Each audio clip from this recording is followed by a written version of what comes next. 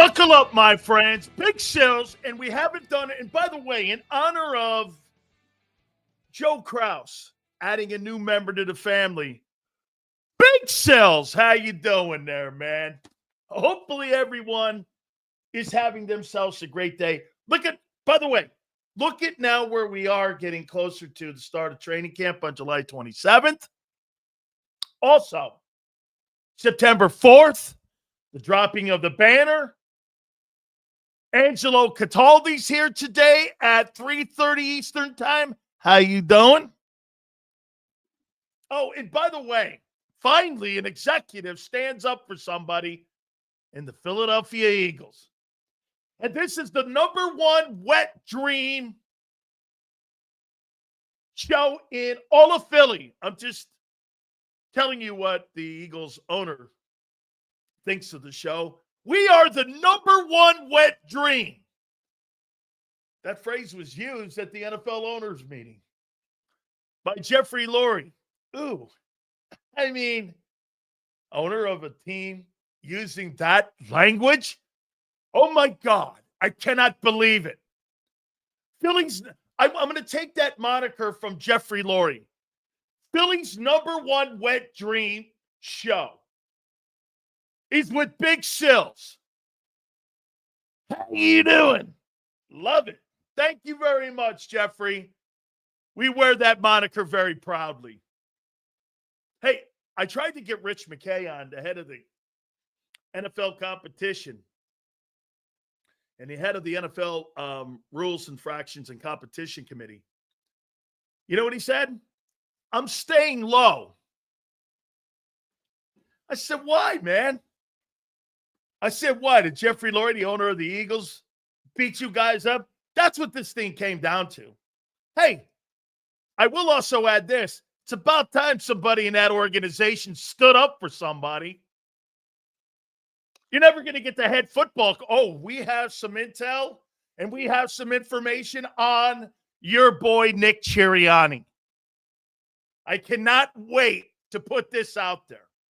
And I can't wait to get Angelo Cataldi on at 3:30 Eastern. The WIP legend. And by the way, you will not get this any place in Philadelphia.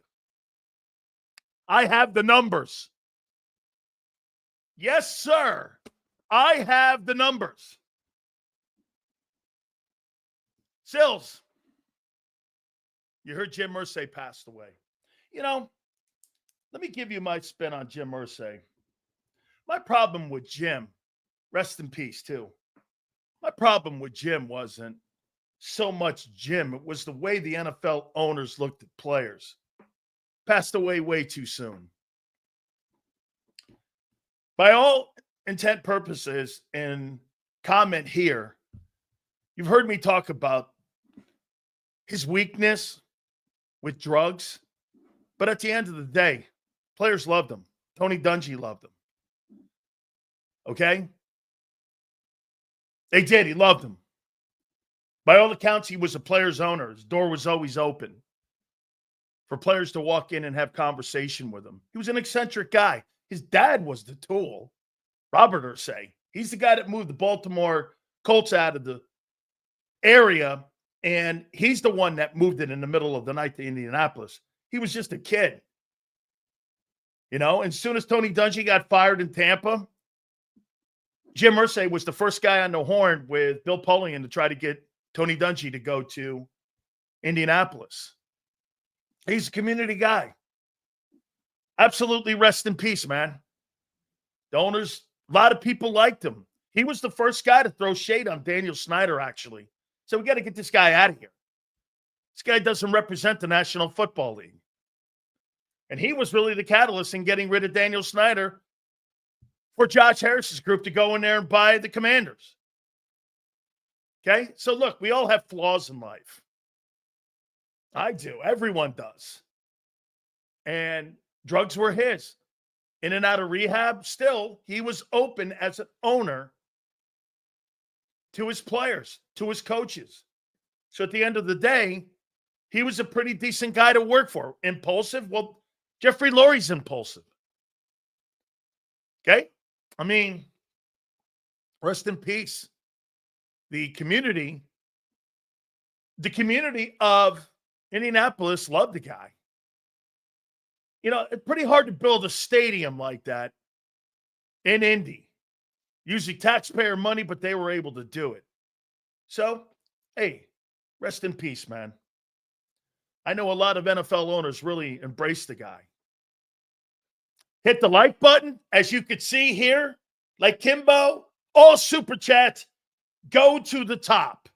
Yes, sir, we have the numbers. They are officially in. Before we do that, how about the adversarial relationship now the NFL has with the city of Philadelphia? This thing was heated. I heard the NFL owners, this thing got into a heated pitching match back and forth with the commissioner of the league and some of the owners that were in the room when they were debating this. That's absolutely spectacular. You had an owner battling it, and they made it about Philly. Dude, brotherly shove, tush push, they never made it about that. They made it about Philly. Wait a minute. We have the advantage over you like no one else. And if you want to say that, then that means it's about us versus you. And you know what the owners couldn't do? They couldn't swallow their pride. They had to let the play live.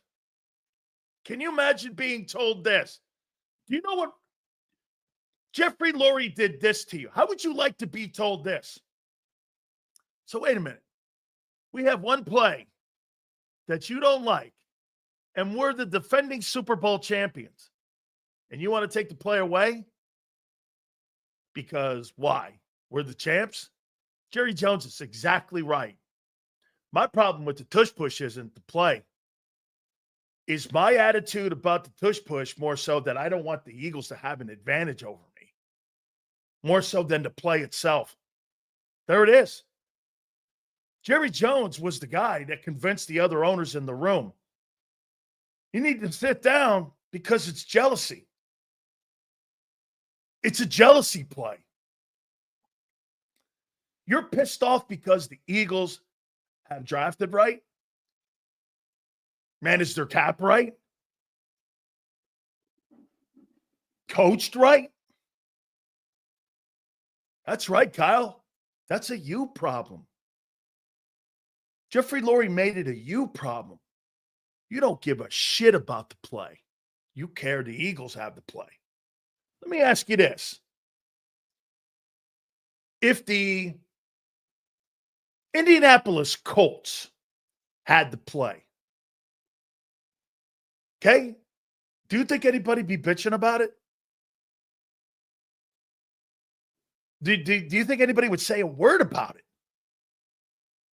It's a Philly thing. I never believed the angst. When you guys get an advantage on something, I think your fan base is great with it. And it's an identity to the fan base. Dude, nobody would give a shit if the Colts were running the play and they were having success with Jonathan Taylor. Nobody would give a shit. But it's the Eagles. They won the Super Bowl. They used it effectively. And they're jamming it right in your wazoo. For those of you Italian. Right in the wazoo. And it's elbow deep. Elbow deep. In the wazoo. How you doing?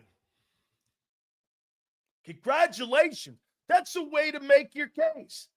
This shit ain't about the Colts or the Seahawks. This is about us. You don't like it. We're better than you. We're better than you all around. We can't let you have that play. Jerry Jones is the one that sold this. He looked at the other owners and went, do you hate the Eagles or do you hate the play? What do you think that selling point was? Do you hate the Eagles or do you hate the play? I think it had more to do with hating the Eagles. Didn't have anything to do with hating to play. We can't give the champs an advantage, can we? Classic. At least you know why Jerry Jones had a problem with voting against the play in a way? You know why he had a problem? He played O-line. He was a guard on the national championship Arkansas team. You know that he looked at that play and went, damn, it's not the play. The Eagles just have a great O-line. Owners showed you their true attitudes towards you. You're great. You're good at every other thing we're doing. Get this. Let me show you how good Philly is right now. Are you good in the front office? Are you in the top 3 in the front office? Yeah. Personnel? Yeah. Winning? Yeah. You know how many teams can say that? 3. 3, maybe 2. KC and you. And now they're pissed off at you. Anything you have, they want. That's why they tried to do it. Get rid of the play. As I always say, and thank you, Kyle, that's a you issue. The push bus down Green Bay's throat. Jerry Jones, how you doing? Absolutely. Congratulations. Your owner sold it. Jerry bought it. Looked at the rest of the owners in the room and went, hang on. Wait a minute. Do we hate that team or do we hate the play? The teams that voted against you hate you because you're good. That's jealousy. That's jealousy. Can you imagine like the Jets? Let's say the Jets. Woody Johnson is so jealous of you because you know why? He's an asshole. He can't get out of his own way. He thinks he knows how to run a football team. I mean, the Jets are the absolute opposite of the Eagles. They're good at everything. The Jets are bad at everything. They're just bad at everything they do. And can you imagine this? Giant Stadium. You share the stadium with the Giants, but you're like the ugly step chick. Oh, yeah, the Jets play here too. You know, them and the Chargers. Nobody looks at the Chargers and the Jets in the same light. That's the Rams SoFi. That's the Giants MetLife. They're like stepchildren. Oh, yeah, that's my stepbrother. The Jets. Yeah. Oh, yeah, you know, he kind of is the rut of the nest. Okay? So as I expect retaliation, contrary to the gullible fool of J-Mac. Leave money, he's a good guy. The Shield will not like the Eagles and the 9 teams. Roger Goodell is terry cloth. Oh, yeah, His Highness got his ass kicked. His Highness got his ass kicked. That's not going to go well. You don't beat the commissioner. Hey, how about this? Like I said, Rich McKay. I said, Rich, why don't you come on? I'd like to know what you thought about the play. I'm going to hang low for a bit. Rich, you of all people, okay? Stop trying to sell us Jerry Jones. We don't like that clown. Of course, Big Marshall absolutely, and I love Big Marshall. You know what he does? If I say the sky's blue, he'll say the sky's black because that's who Big Marshall is. That's who some of you are in here. You try to pick a fight with Big Sills. You go down every time, little Marshall. Every time you go down. And you go down, as my good friend Al Davis would say, you go down hard.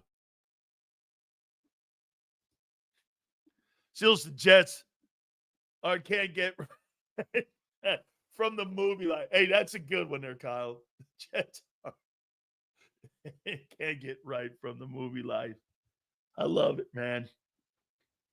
Absolutely. By the way, you see this? You see this tool? He's from Canada. Close the border. I don't need your milk. You can't even do freaking hockey right. Get the frig out of here. What would he know about sports talk? What do you root for in Canada? Let me guess. Cows. Let me guess. Snowfall. What else? Maple syrup. What in the world would you know about sports talk being from Canada? Lumber. There you go. Good wood prices. Look at this. This guy spent his whole night with his buddy Chip laying in bed. He looked over at Chip and he went like this. I haven't recognized this guy in about, a week? He looked over at his buddy Chip and went, hey, do you think I could get Sileo to recognize me today? So I can put that on my cell phone and I could carry it around and show my buddies? See? Look, Sileo recognized me today. Could it possibly be? What do you think, Chipper? I think it's really great, honey. Way to go, Chippy. Thank you, honey. Then these guys go and what do they eat in Canada? I don't know what. Crepe Suzanne's? I don't know. What do those fools eat up there? Goats? I mean, what does he do? Live in an igloo? I hear that, when you want to communicate in Canada, like I said the other day, you get a big string with coffee cups. Hey, John, how's that igloo doing? Good, Junior. Yeah, I got it. Are we going pike fishing? We're going pike fishing. Yeah. All right. That's it, pike fishing. I own you, bonehead. What up, Sells? How you doing, Marshall? I love these guys, man. Dude, Philadelphia, man, is exactly Big Marshall. That's the kind of shit right there I dig. Hey, Sileo, watch this. Here's Big Marshall. Hey, Sileo, fuck you. I love you. What? You try to do that anywhere else in the world, they'll go, hey, baby, guy called me a bad name. You bad name. Like that soft-ass country, Canada. Call me a bad name. I'm going to put a tariff on those people who try to chime into my show from Canada. Only thing in Canada that is redeemable. True. And I will have to, not that I know anything here, but there's a particular establishment in Canada, in Montreal, called Chez Paris. It's quite the establishment. I only heard it from rumor. Give us a good old dual threat. I tush pushed everyone I saw yesterday. How you doing? Yeah. Hey, I hear they do a lot of tush pushing up in Canada. But unfortunately, it's where they live next to one another in the cul-de-sacs. I heard LJ and Chip do a lot of tush push. I don't know. It's what I heard. I don't know. It's just a rumor. I apologize. I digress. We move forward. All right. Hit the like button. I appreciate the supers. Thank you very much. Yes, sir. Hey, when President Trump buys Canada, it will be our version of the Baltic Avenue. Way to go with a Monopoly reference. Seriously, when we buy Canada, you know what it's going to be? It's going to be like Puerto Rico. I don't know. We own it, but I don't know what we're doing with it. we own Puerto Rico. I don't know what we're doing with it. Okay? Right? No idea. Hey, Sills, I think we own Puerto Rico, right? All right. What are we doing with it? I don't know. I have no idea what we're doing with it. All right. Hey, hit the like button. We appreciate you guys coming aboard here on a Thursday. All right. So do you want to hear the numbers?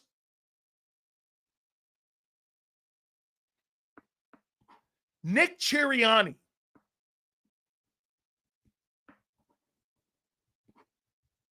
I have the numbers. He's not a top 5 coach, at least salary-wise. 3 years, $13.5 million. Wow, per year. 13.5 per year. This guy's got a 700 win percentage. This guy's got a 700 win percentage. It's 3 years. This guy's making $1.5 million more than Liam Cohen, who just got a job in Jacksonville. And for the record, he brings home more money. We got the owner here, Joe Crow. Joe, $11.5 million in Florida versus $13.5 in Philly. How you doing? Who's taking home more money? The guy in Jacksonville. $13.5, 3 years. How you doing? Woo! Oh, quite a pay raise. It is, but it's not justice. 2 Super Bowl appearances. What is it? 3 years. And you didn't think to make him the 5th highest paid or least in the top 5? What happened? Well, because they look at the coach and they think the coach is expendable.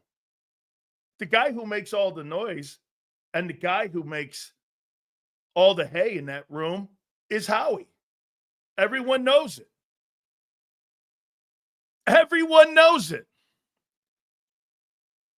How you doing? Holy shit. Let me take a look at it. Highest paid NFL head coaches. Let's see where this tool, I can't wait to get Angie on. 3:30 Eastern, freaks. Highest paid NFL head coaches. NFL head coaches. Let's take a look at this. There we go. Let's go down here. Ba-ba-da-ba-da. Highest paid NFL head coaches. Here we go. Let's see where Nick Sirianni comes in at. And by the way, one more time, I don't give a shit what he makes. I only care what they think of him. This is what they think of him and what he's done. Let's see here. 13.5 makes him tied with Kevin O'Connell. Ben Johnson got more money and is paid more money as the head football coach of the Chicago Bears. Kyle Shanahan makes more. He makes a little more than John Harbaugh. Liam Cohen makes 12.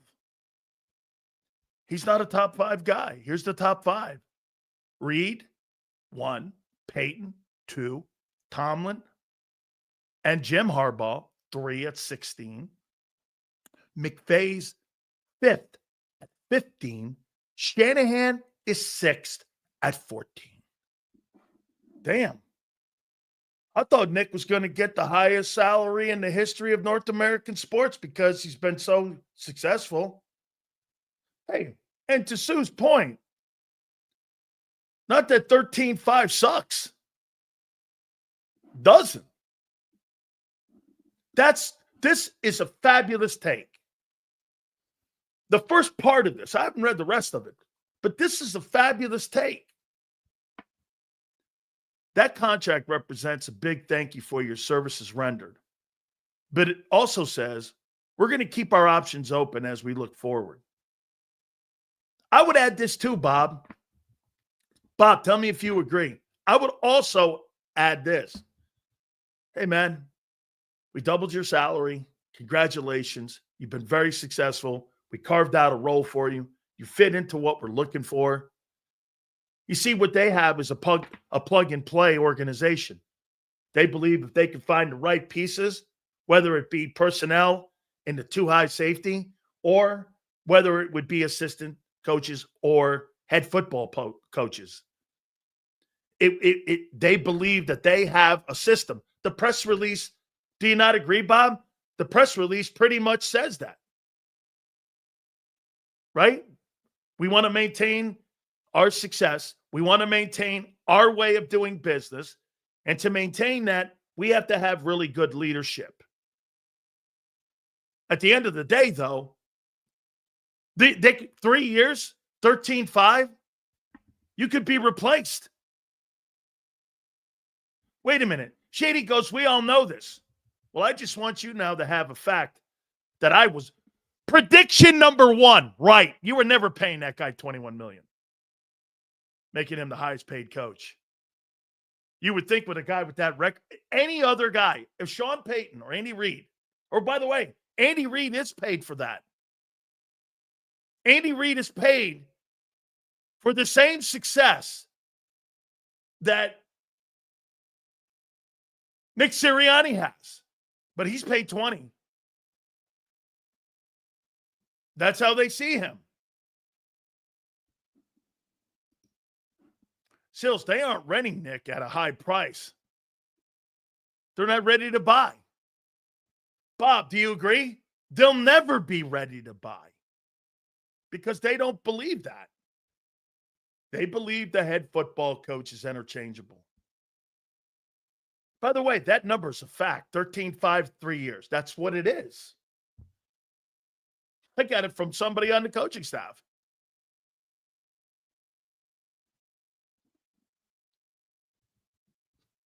$13.5. And a broadcaster.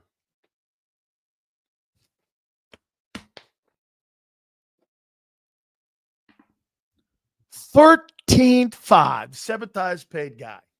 Hey, for the record, if I'm lying, prove me wrong.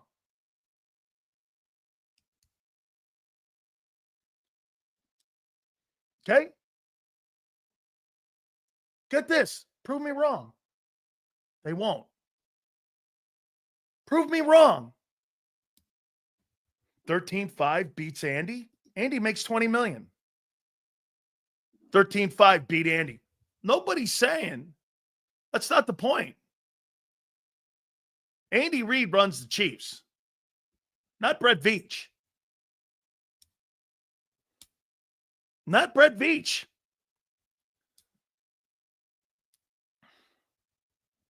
Okay? Not Brett Veach. Hey, you doing? Man. Ye of little respect. Angelo Cataldi. At 3:30, we will get Angelo's spin.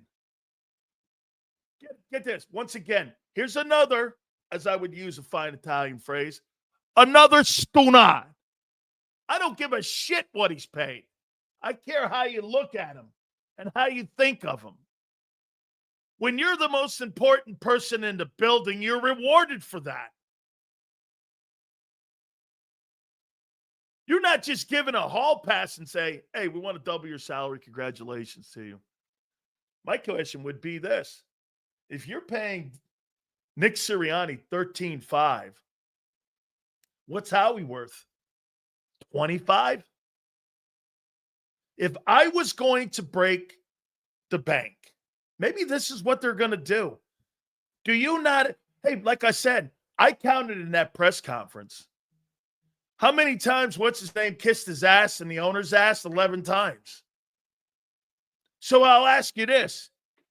If you're going to break the bank and you're going to change the fundamental way that you do business and that you had to pay somebody, wouldn't that be Howie? Highest paid guy, general manager-wise, is Nick Caserio at $7.5 million. If I'm Jeffrey Lurie, I go, well, let's change that. And let's pay Howie $15 million, making him the highest paid general manager in all sports. Folks, pay the right guy. That's all I'm saying. Can't pay both of them. Remember how you told me you couldn't pay everyone on defense? You can't pay both guys. You can't pay both guys. So, pay the one guy you feel that does the most. I don't think there's anything wrong with that. Why would you have a problem? Look, I think Howie Roseman deserves $15 million a year. Double his salary. Right? Make him the highest paid GM in all of North America, in any sport. Hockey, basketball, baseball. Right? Make him a higher paid guy than Andrew Friedman with the Dodgers. Right? He's worth it. Nick's not. Nothing wrong saying that. I would rather pay the GM. What's your problem? Who would you rather pay? Let's do this. If you're Jeffrey Lurie, you're not going to pass out $40 million in coach and general manager contracts. That's not what they do. Take a look at something here. When is the last time Jeffrey Lurie hired a veteran coach to coach his team? Let's see. That'd be never. There's a reason for that. Right? There's a reason. He's never hired a coach with any head coaching experience to be his head football coach on the NFL level. Like ever. That's a fundamental philosophy that he thinks he can find the coach, bring him in, develop him into being exactly what I want that coach to be in my organization. Okay? Look at this asshole. Once again, I don't give a shit what he makes, douche. I care what they think of him. Counting other man's money. Bro, because you have more money than someone else, don't make you a better man. Nobody's counting anybody's money. Jackass.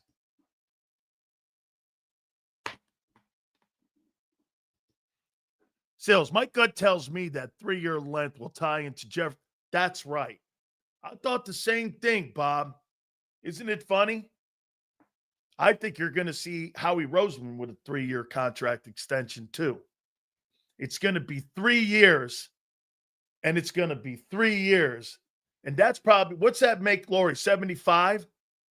That's when he's probably going to pass the baton off to his kid, and it'll be a different Eagle organization. Right? Hey, let me ask you one last time. If you had to make somebody the highest paid guy in his profession, Howie Roseman or Nick Sirianni, who would you pay? You're not going to pay both. I'm not going to pay Brett Veach more money than Andy Reid. Why would I? Shit, I'm not going to pay John Harbaugh why Ozzie Newsome's still the general manager in the building. Ozzie leaves, I'm going to pay John Harbaugh that money. Who in their right mind would say Nick? And the owner's not going to pay $40 million in salaries.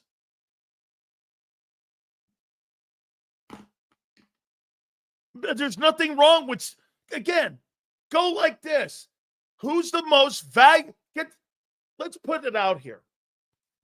Who's the most valuable player of any Eagle, front office, player-wise, in that building?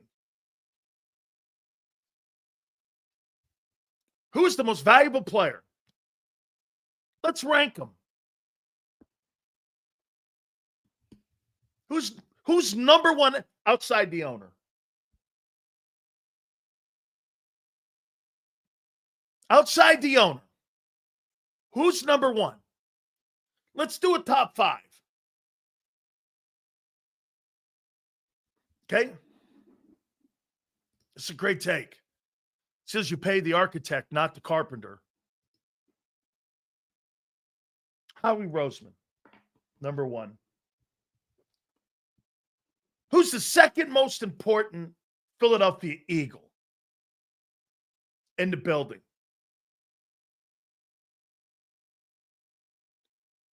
Who's the second most? Thanks for the super chat too, Kyle.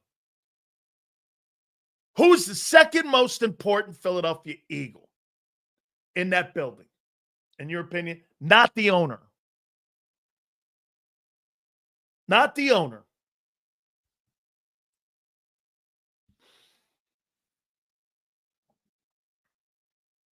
Vic. Stoutland. Stout or Vic? I'm going to go Stoutland. He's been there long. Then we'll go Vic. Let me ask you this. Do you believe you would have won a Super Bowl if this dynamic, play along with me, if Jeff Stoutland and Vic Fangio were in the building, and let's say Kellen Moore was the head coach, do you think you'd still win the Super Bowl last year? Yes or no? If Kellen Moore was the head coach and Vic and Stoutland were in the building, do you believe you won a Super Bowl?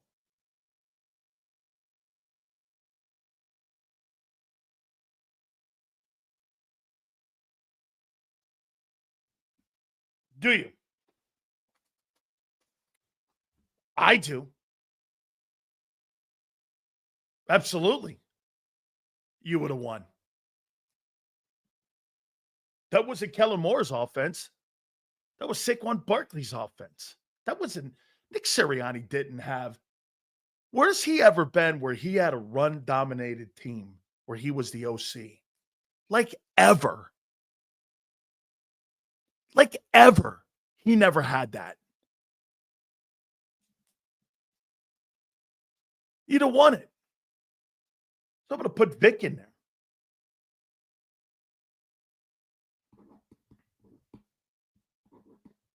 Number 4, who's the fourth most important Eagle in the building?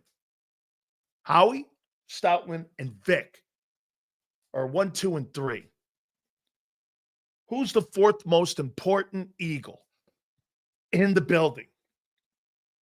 Organizationally or player-wise? Who would you put at number 4? Barkley? Hurts? Nick? Who?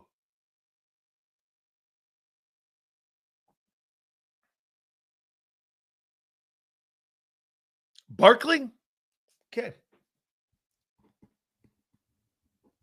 Then let's go Hurts. Let's go Nick at 6. The 6th most important person in the building should not be the highest paid head coach. I mean, where's your rhyme or thinking?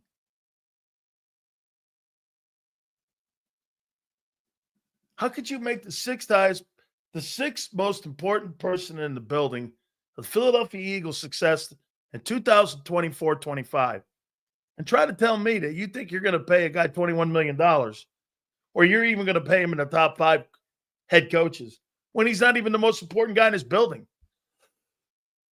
And he's not even in the top 5 most important people in the building. How can you name and make him the highest paid guy? You can't. If I'm going to pay anybody, I'm paying Howie. 13-5, 3 years.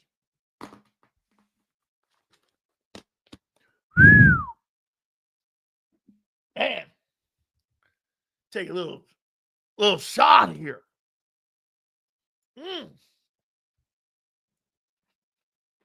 Oh,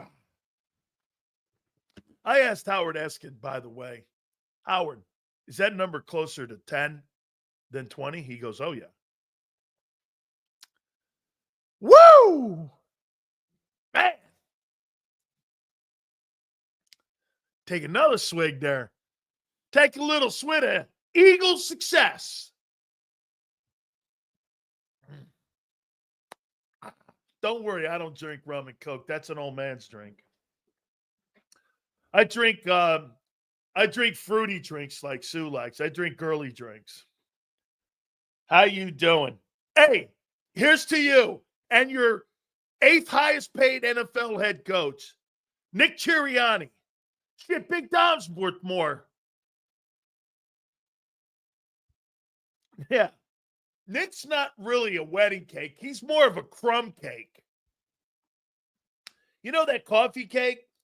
The Edmonds coffee cake? My grandfather loved that shit. You know, with the powder on it? Dunk it in his coffee and such. You know, my grandpa loved that. That and Krellers. My grandpa loved Krellers. And look, jelly donuts, too, to be candid with you. Yeah. Like, you know what? It was funny. When I was younger, man, I couldn't gain a pound. I just couldn't. Oh, lemon drops, man. My grandma made the best. Yeah, hey, absolutely. Nick Sirianni's crumb cake. Yeah. He's crumb cake. How you doing? 13-5. Man. Hey. Oh, by the way, we got another good one coming up here. We'll do that here in a minute. Your coach is not even considered in his own building. Hey, Bob, can you imagine that? Can you imagine that? Right? By the way, see little people in here all upset with big sales because I'm the deliverer. Like Moses in Egypt. I'm the deliverer. Well, you know, it's what it is. Unfortunately, Big Sills has sharp edges. I get it. Okay? Like some of you in here are crumb cake, like Nick. Some of you are like wedding cake. You know, $20,000 cake. Most of you are crumb cake. I like crumb cake. Sits on the table, you dunk it in your milk or your coffee. It's all good. I love crumb cake. Nothing wrong with crumb cake.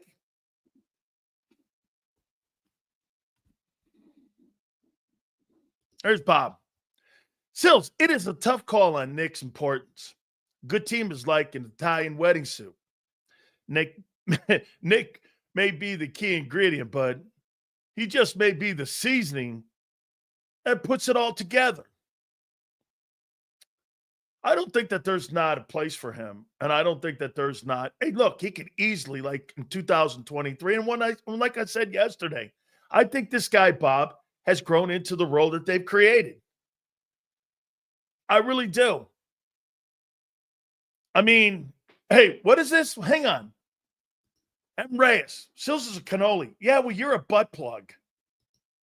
How you doing? Cannoli?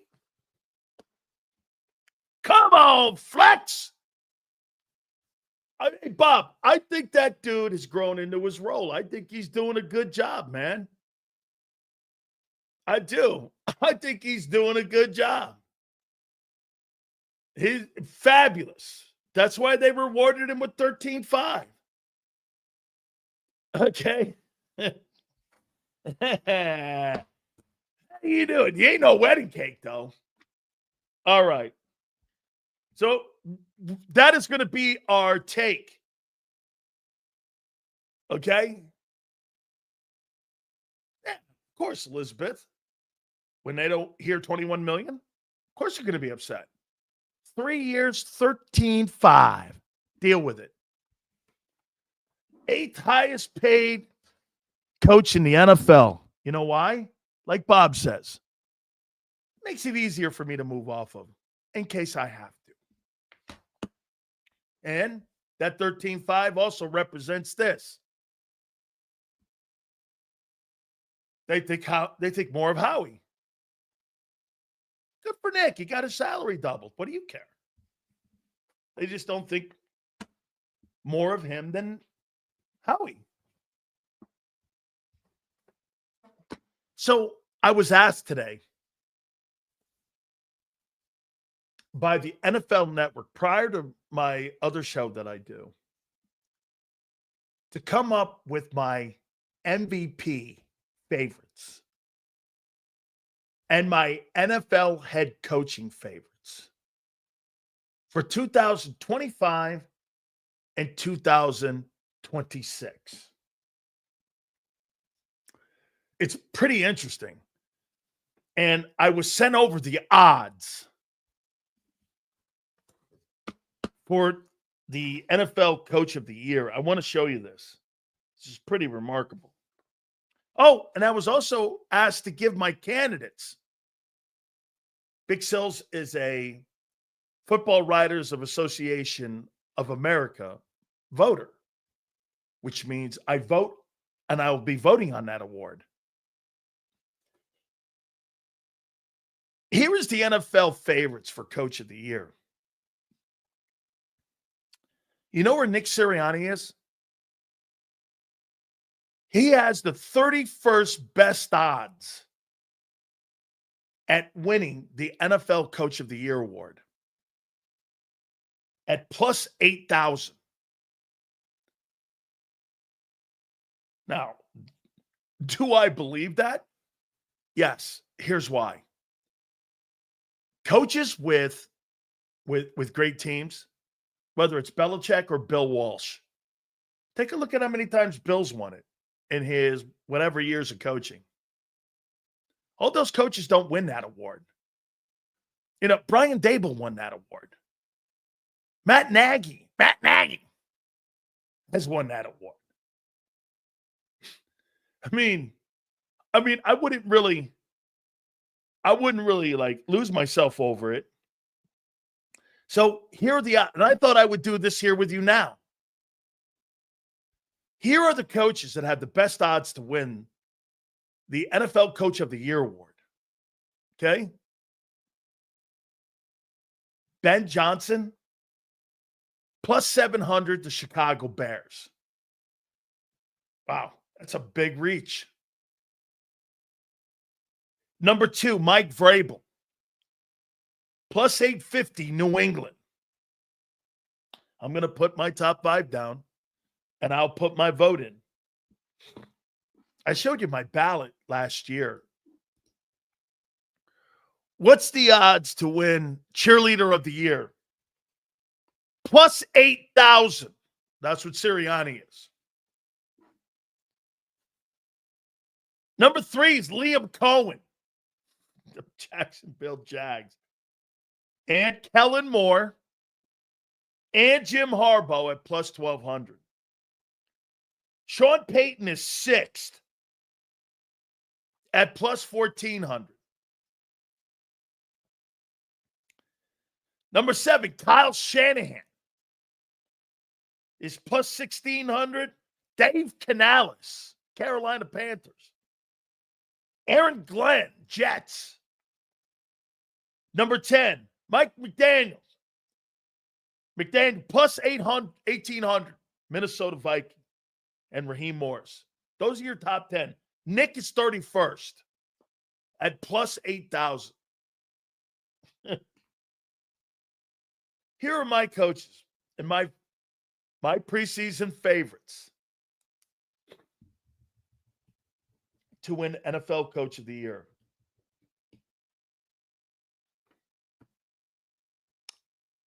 I'm going to say Ben Johnson. Chicago. Number 1. I'm going to go Mike Vrabel. New England, number 2. I'll go Jim Harbaugh, number 3.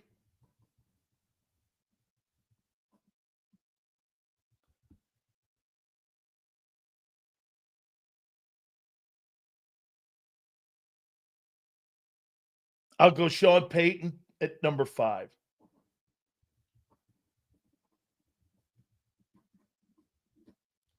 Ben Johnson, Chicago. Mike Vrabel, New England.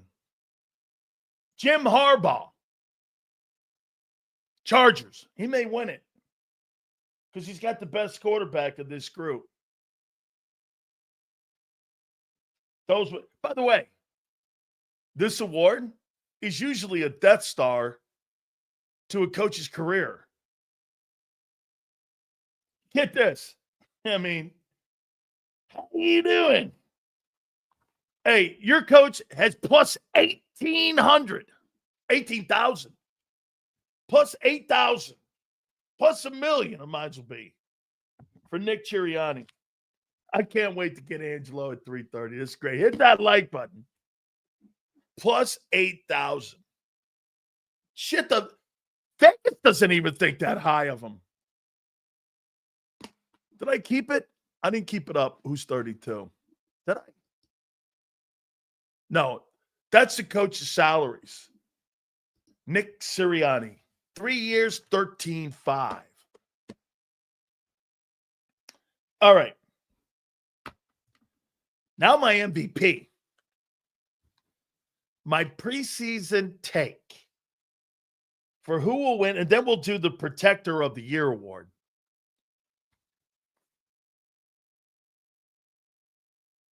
Here it is.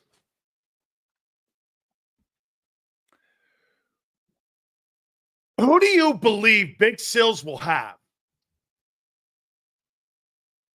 in the top spot for the preseason MVP? Last year I got it right. I said Josh Allen would win it. How you doing? You're welcome. Big Sills said that Allen would win it, and of course he did. Here we go. My top 5 candidates. My preseason MVP candidates. Andy sucks because he's last on that list. How you doing? Nobody made an indictment who's good or who's bad. Only you, Twiz. I just got through telling. See, this guy's got shit in his ears. I said usually when you have a good team and your team's winning, you don't win it. He can't hear that, though. He thinks it's some stupid indictment. So he was talking shit on Nick. No, I just said it. He don't want to hear it, though. Because once again, this is about Big Sills with him. I get it. It's okay, honey. Hey, Twiz, sweetheart, love you. Okay? All right? All right? Jesus, criminy. Unbelievable. Unbelievable. End of the day here. Here are my top 5 candidates for the Most Valuable Player Award. Josh Allen, give you wet dreams? No. He's just the MVP. And he's the best player in the league last year? No. Thanks for the super? I think. Right? Leon? I think. Let's see. If Hurts is not up there, you're truly a hater. Well, Hurts wasn't in the top 5 candidates last year for MVP, and he won the Super Bowl. Why would he be this year? Dude, the regular season, that guy wasn't in the top 10. Why would he be this year if you're going to get this? How many people, thank you, Leon, how many people believe if Jalen Hurts duplicates what he did a year ago as a player, would even be considered for the Most Valuable Player Award? He wouldn't be. He wouldn't be. Why would he be now? Get this, regular season heroes. We're talking about the regular season, preseason favorite to win the MVP. There's a betting line that came out on who will win it. What are you talking about? Dude, 18 touchdowns is not going to win you the most valuable player award. So for me, number 5, Washington, James Jones. Are you in here? You in here, James Jones? You in here? At number 5, Jaden Daniels. The best quarterback in the NFC East. He will be, in my opinion, he's going to be a top 5 candidate this year. Number 4, I don't think you can ever have a list without Patrick Mahomes on it. Again, how Patrick Mahomes goes. You know what's crazy about this list? For me, the top 5, how these quarterbacks go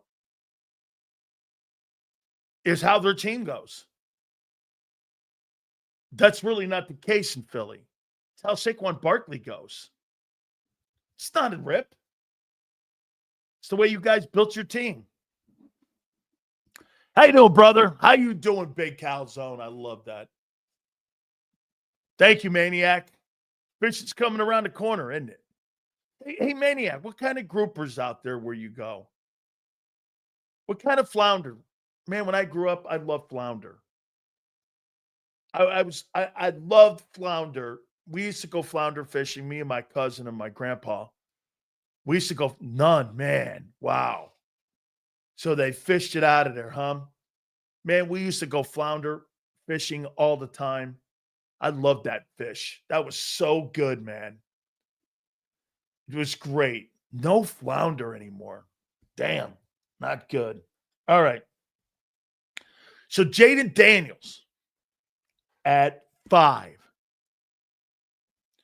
Number 4, Patrick Mahomes.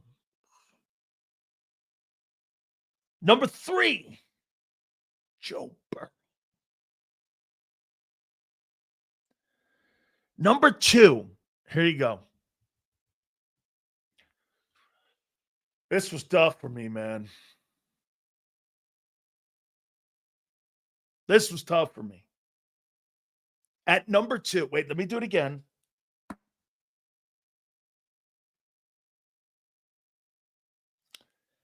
I got Jaden Daniels at 5. This is my preseason. I'm going to turn this ballot in. Last year, I nailed it. At number 5, Jaden Daniels, Washington. Number 4, Patrick Mahomes, Kansas City.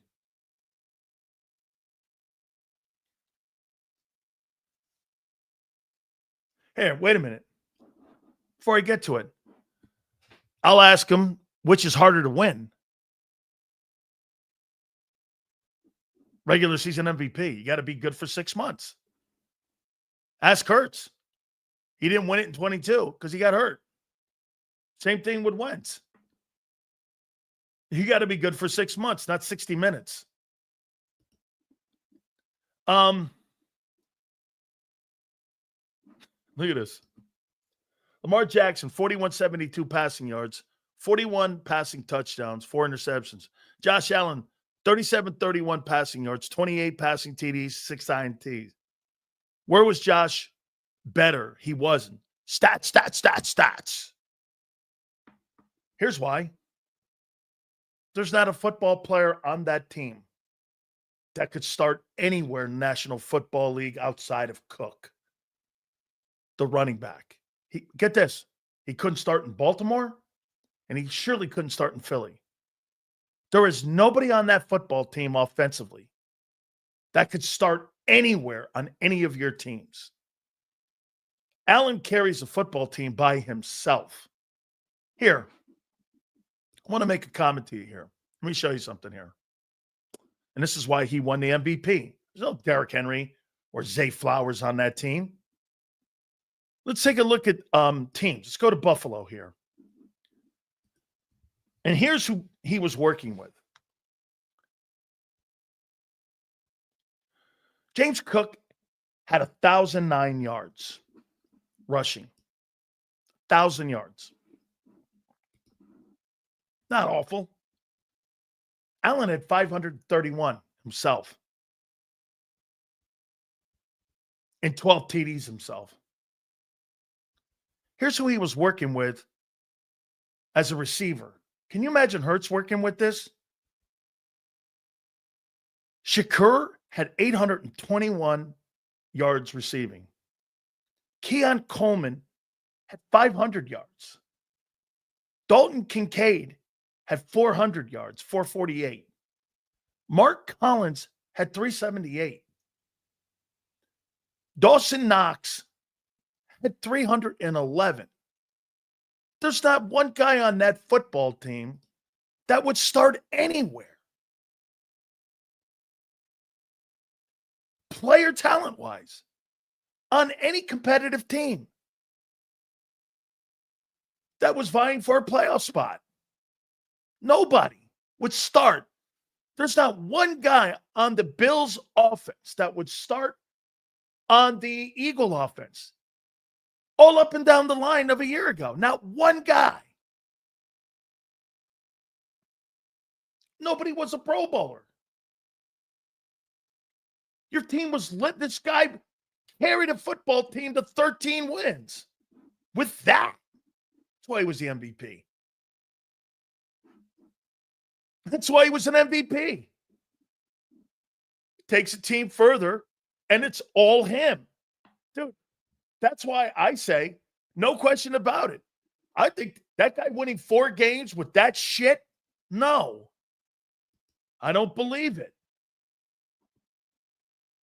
I don't believe he can. I think it's impossible.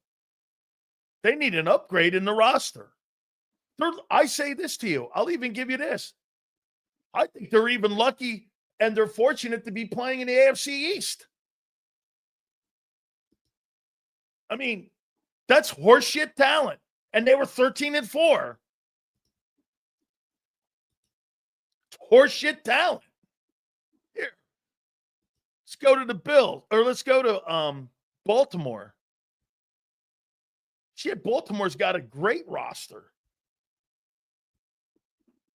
Here.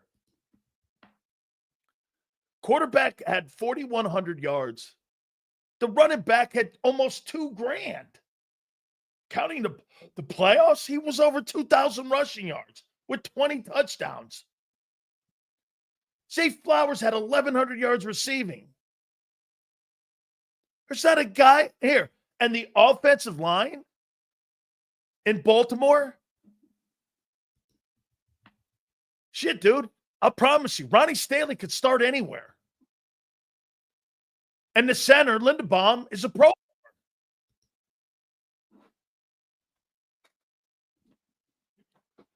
There's nobody like that in Buffalo. That's why Josh Allen's being paid what he's being paid. Dude, again, now people will go, are you penalizing Hurts? No, he's not asked to do anything because the roster's been so well constructed. That's not a rip. Your quarterback doesn't have to play great every week. That's a luxury. That's not a rip. You take it like he doesn't play great every week. He doesn't have to. That's a luxury. It's not a rip. It's a testament to the fact that your team is so well built and it's so well constructed that it's the only team really in the NFL where you don't have to rely on one guy. If Kansas City, look at this. If Kansas City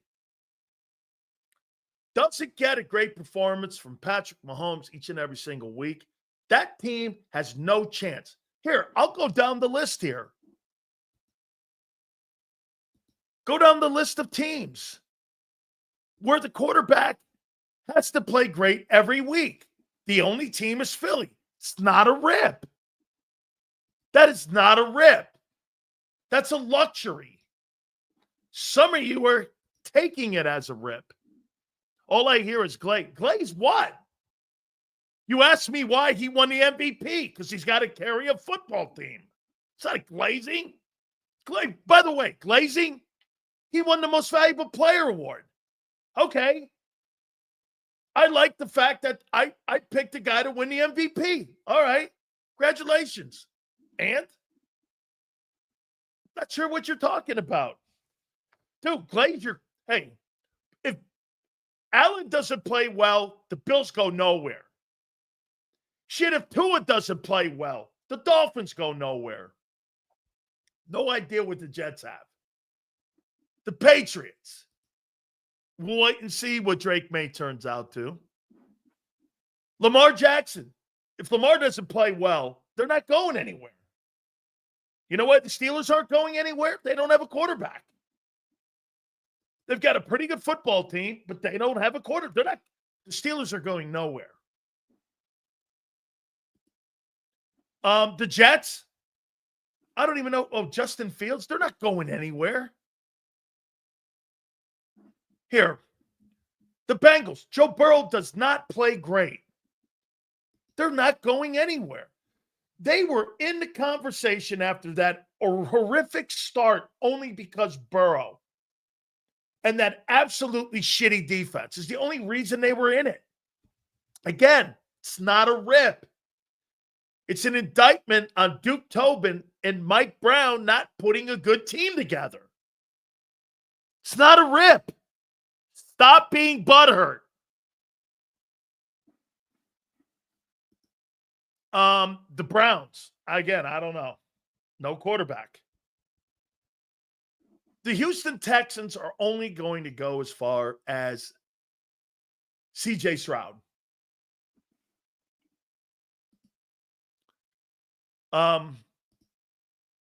Here, this is a great exercise.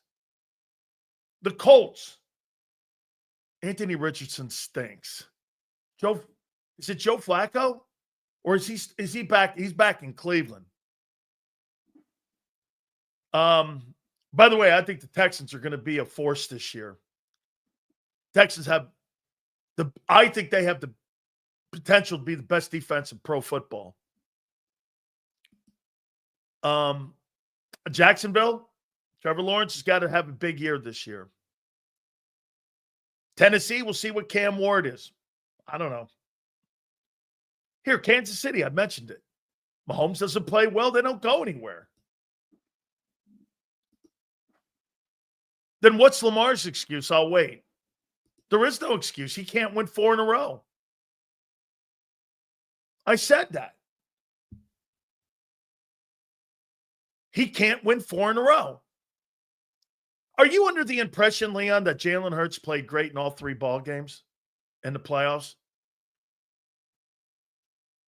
4 games, right? That's right. You didn't get the bye because you didn't win home field. Are you under the impression he played great in all 4? He stunk in the Green Bay game. He had 90 total net yards passing. He stunk. Here, check this out. Spike says 90 yards passing. He's great. What a fool. There it is. Look what Leon just did. He just answered my take.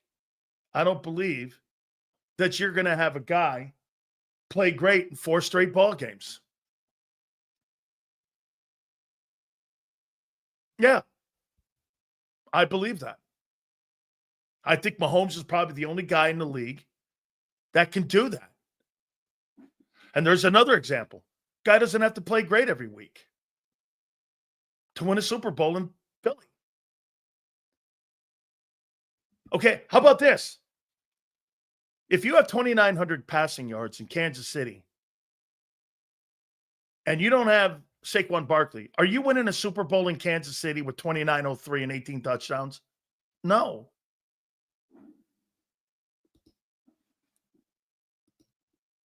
No. Look, every team, Commanders are only going to go as far as Jaden Daniels. Dak, the Cowboys. Maybe Detroit, because of the run game, maybe doesn't lean on golf. Minnesota, we're going to find out how important Sam Darnold was. Love, Williams, Mayfield, all these teams. Only one team really, without a doubt, doesn't have. You should be thankful that your quarterback doesn't have to play great every week. That's a luxury, man. Somehow you hear that as a rip. Dude, if your quarterback shows up and he doesn't turn the ball over and he's effective and he has 130 yards passing and about 50 yards rushing and the other guy's running for 189 yards, 190 yards, and you're winning ball games, again, your quarterback doesn't have to carry you every week. That's okay. Okay? Jalen played great in every game. 90 yards passing. I'm sure he did. I'm sure he did. Yeah. 30th ranked passing attack, and he played great every week. I'm sure he did. And you know, hey, you can glaze anything. You talk about glazing? Hey, as much as I talk about Josh Allen, how about the glazing you do over a guy who can't throw for $3,000? Talk about glazing. Here, one more thing. I don't think anything I said is out of line with the success of the football team a year ago that they had and how they won the game. Your quarterback even said this: championships win defense, or championships are won by defense. Jalen Hurts said that 2 days ago. Did he not? Or did I mishear it?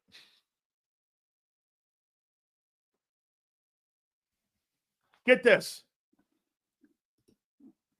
That's it. I thought nobody uses that excuse according to Philly 500. Why would we throw the ball? Okay, why the hell would we pass for 3K when we have the number one rushing team in the NFL? Daz, you're answering my take. You wouldn't, which means you don't have to lean on the quarterback. You answered it. Right. You answered what I've been saying. Thank you. Thank you very much. Yale says they can do both. That's not proven.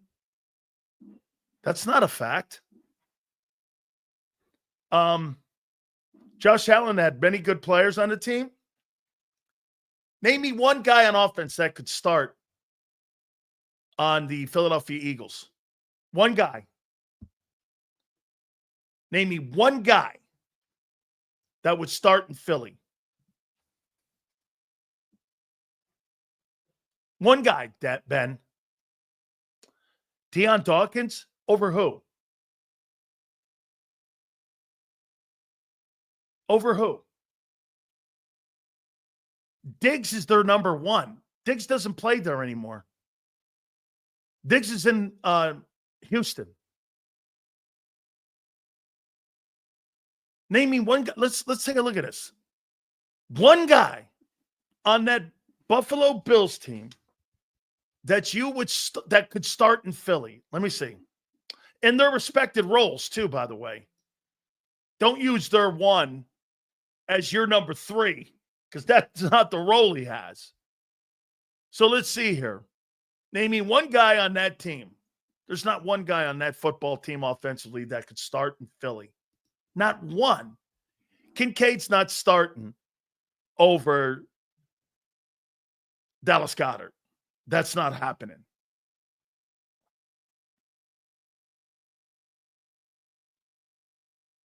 Amari Cooper.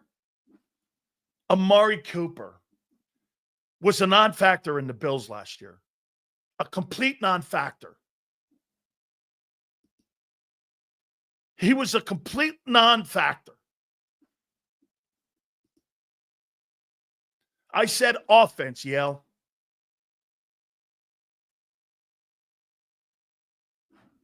Hey, Xander, make sure we got Leon's last super if I missed it. We'll do it again. Leon's awesome. Appreciate you doing that, Leon. We'll throw that up there. Thanks, Yale. Appreciate that. I don't follow the Bills, but then don't comment on saying that there's people on that team that could start in Philly. There's not.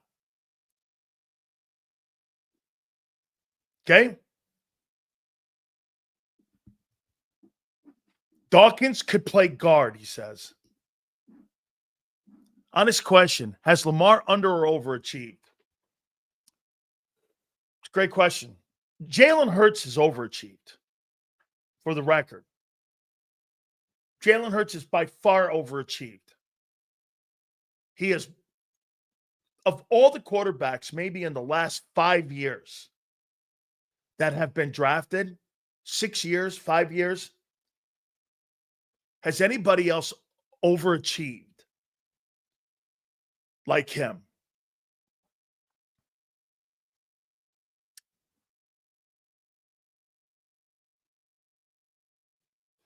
Mayfield was the number 1 overall pick.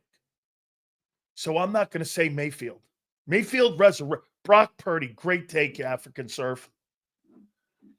African Surf, it's a great take. Brock Purdy's overachieved more than Jalen. Last pick in the draft. Gone to a Super Bowl. Just got himself a $65 million contract with a no trade. Holy crap. Do you understand that? Do you understand that Brock Purdy has control of his destiny? That they can't trade him to some shit team. Same as Jalen. You can't just get rid of me. And you want to hear something which is insane? Brock Purdy said this morning he never asked for that. They gave it to him. He never asked for the no trade. And by the way, I think both Hurts and Purdy, how funny. Jalen's been to 2 Super Bowls. He's been to 1. And these guys weren't first rounders. Jalen by far has had more success than Brock. But both those guys completely were not drafted correctly. They missed on the draft. So it's the hardest position for a team to get right is quarterback. It truly is.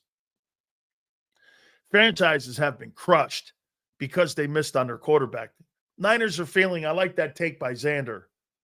When you're talking about those 3 first-round draft choices, you're seeing the ramifications of those guys not having rookie contracts to manipulate. How we built a team that can survive the loss of a quarterback. Bob, how come some people in here don't see that as one of the greatest assets of all time? Is that I believe the Philadelphia Eagles could still win 11 games. Even if Hurts is not there. Could they win the Super Bowl? I don't know. You've proved it before you could. I'm assuming you can. Okay? I'm assuming you can. Because that's a rare thing. Yes, Jeff Hostetler stories, the Earl Morrall stories. There's guys that have stepped in.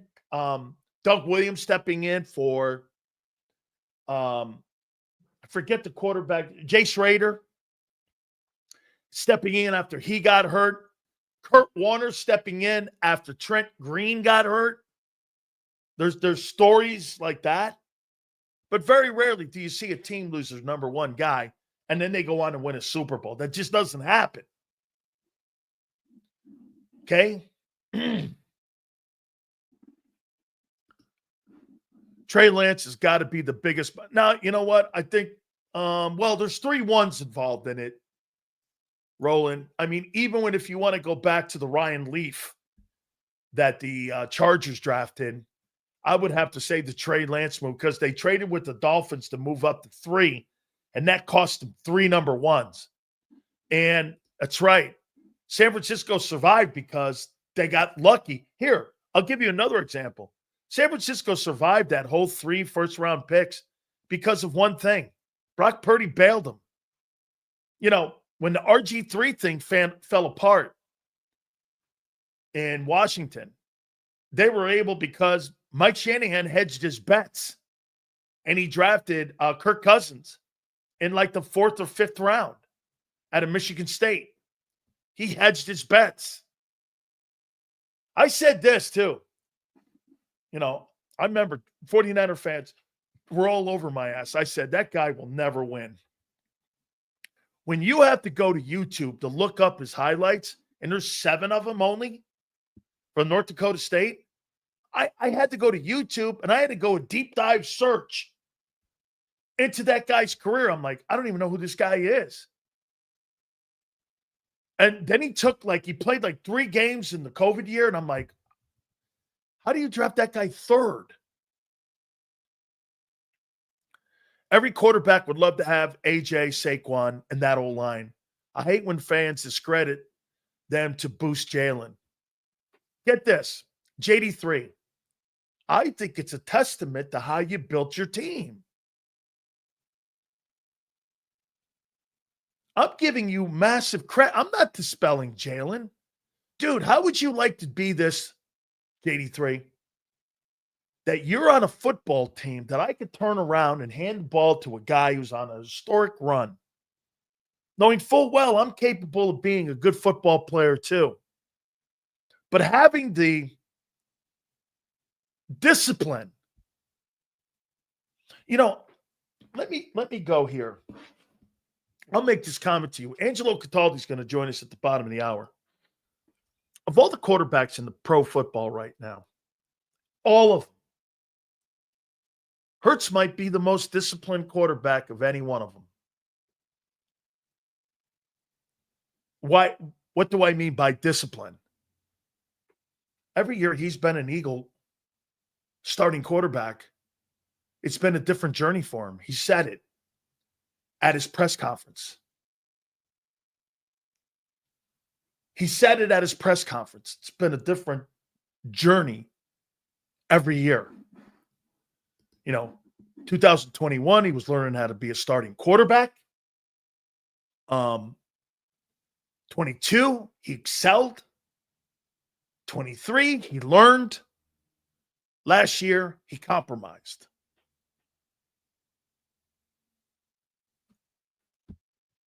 That's adapting to the environment around you.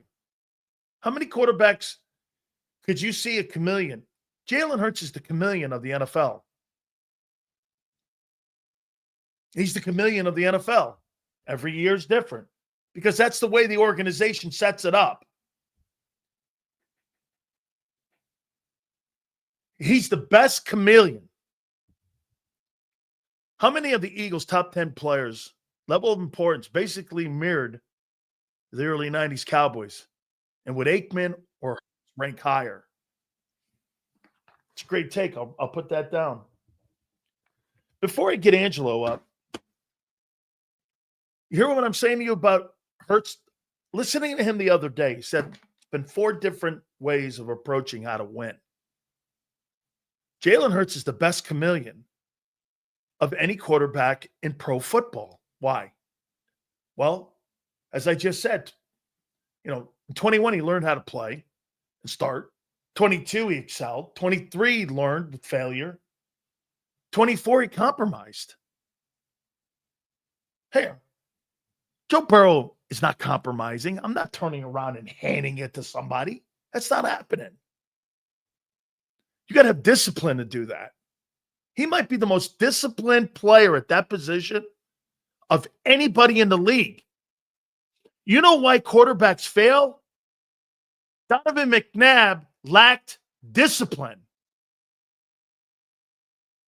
All right.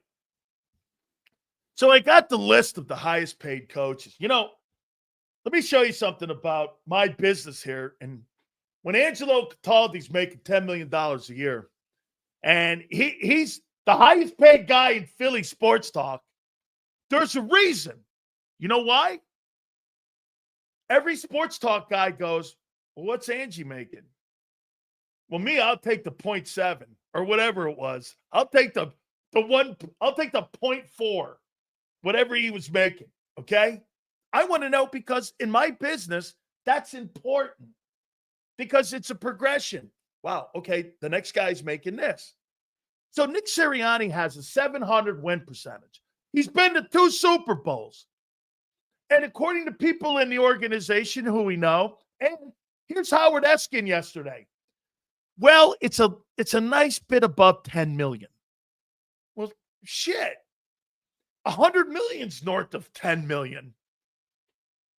I find out he's making 13.5 over 3. If that's the case, he's not even a top 5 guys. So how do the Eagles really look at him? People are going to go, I'm going to get Angelo up here in a sec. People are going to go, Sills, why are you counting? I'm not counting his money. I want to know his importance. What do the Eagles think of him? Without further ado, I could not. And by the way, I got to hand it to Angelo. I go, Angelo, you got to come on after Nick's contract the other day. He goes, listen, I had to take my Ambien and, I've got my grandkids and, I'm just too depressed right now.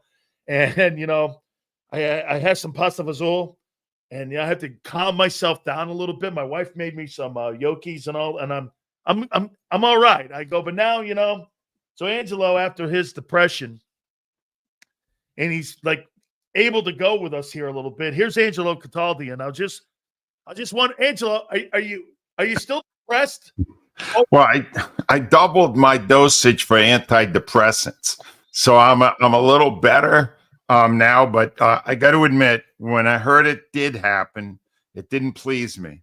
And then I saw all the cloak and dagger stuff, all the Sirianni. We're not going to give.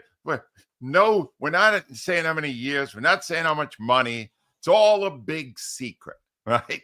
Well, you're telling me that you did not give this guy a glowing endorsement if you won't even tell me how many years you gave him. You just said it. Statistically, the guy should be, Reed's getting 20 million. All right. Right. Which, by the way, he should give half of that to Mahomes. All right. Because I saw him coach without Mahomes. He ain't worth 20 million. All right. But that besides the point. Nick, they don't think he's that great. I honestly believe that. First of all, he's young. He's won a Super Bowl. He's been to 2 of them. He's got this 48-20 record or something like that. You should want to give him a 7-year, $15 million a year contract and then make a big announcement of how this is our guy for the foreseeable future. They didn't do that. They didn't come close to doing that because they don't think he's that great. Angelo, what, like you said, I mean, Kansas City, as soon as they gave Andy Reid the $20 million, they started parading around. We're making him the highest paid coach in North America. He makes more money than any guy.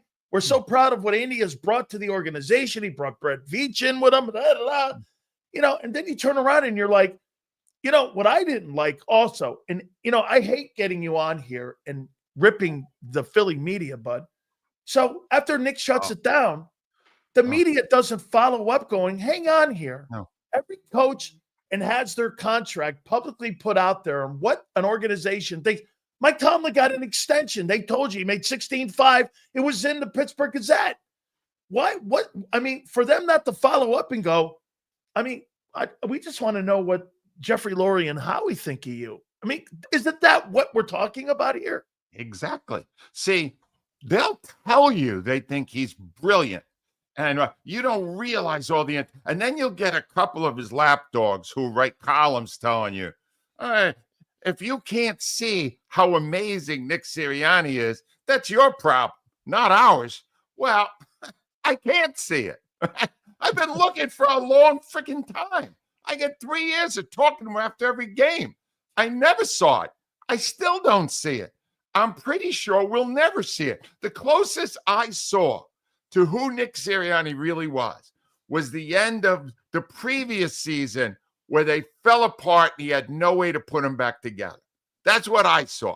And then I saw that he got more successful the minute they removed more of his responsibilities, right? So the more responsibilities you took away from him, the better he got. That doesn't tell me he's some brilliant coach. I don't buy it. And the fact that he's hiding it, let me tell you something. One thing I know about Philadelphia, because I've been here a long time.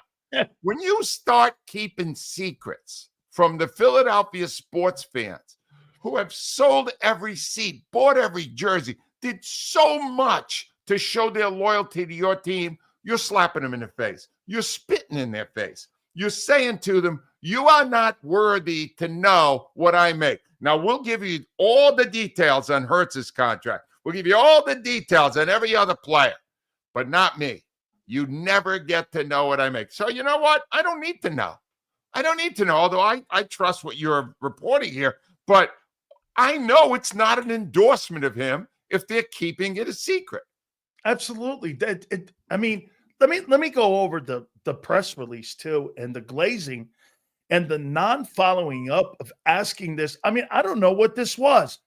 I don't think anybody, including you, we're under the impression they weren't going to resign a guy. But here was the initial release.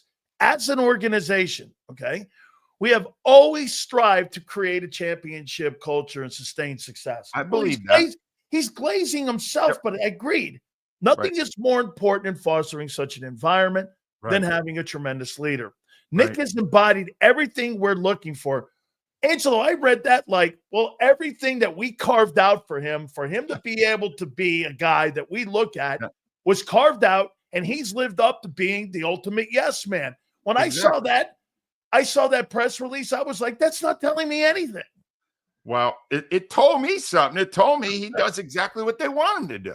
That he came in, kissed their ass. Whenever they strip him of power, he says yes. Whatever else they need, he says yes. He is. See, here's what they really think, Dan. And this is not hard to analyze. They think they are the brains of the operation. And I'm not arguing. Harry Roseman may be the best GM in all sports. They think you could place an idiot, not me, but a slightly better idiot in charge. And as long as he listened to what they told him to do, they would win. That's what they think. Now, I got to admit, the roster they put together last year is the best I had seen in all the years I've been here. So I was really excited to see it. And I was excited to see that they got to win a championship with it. But I give very little, ridiculously little amount to the head coach because I don't think he had that much to do with it.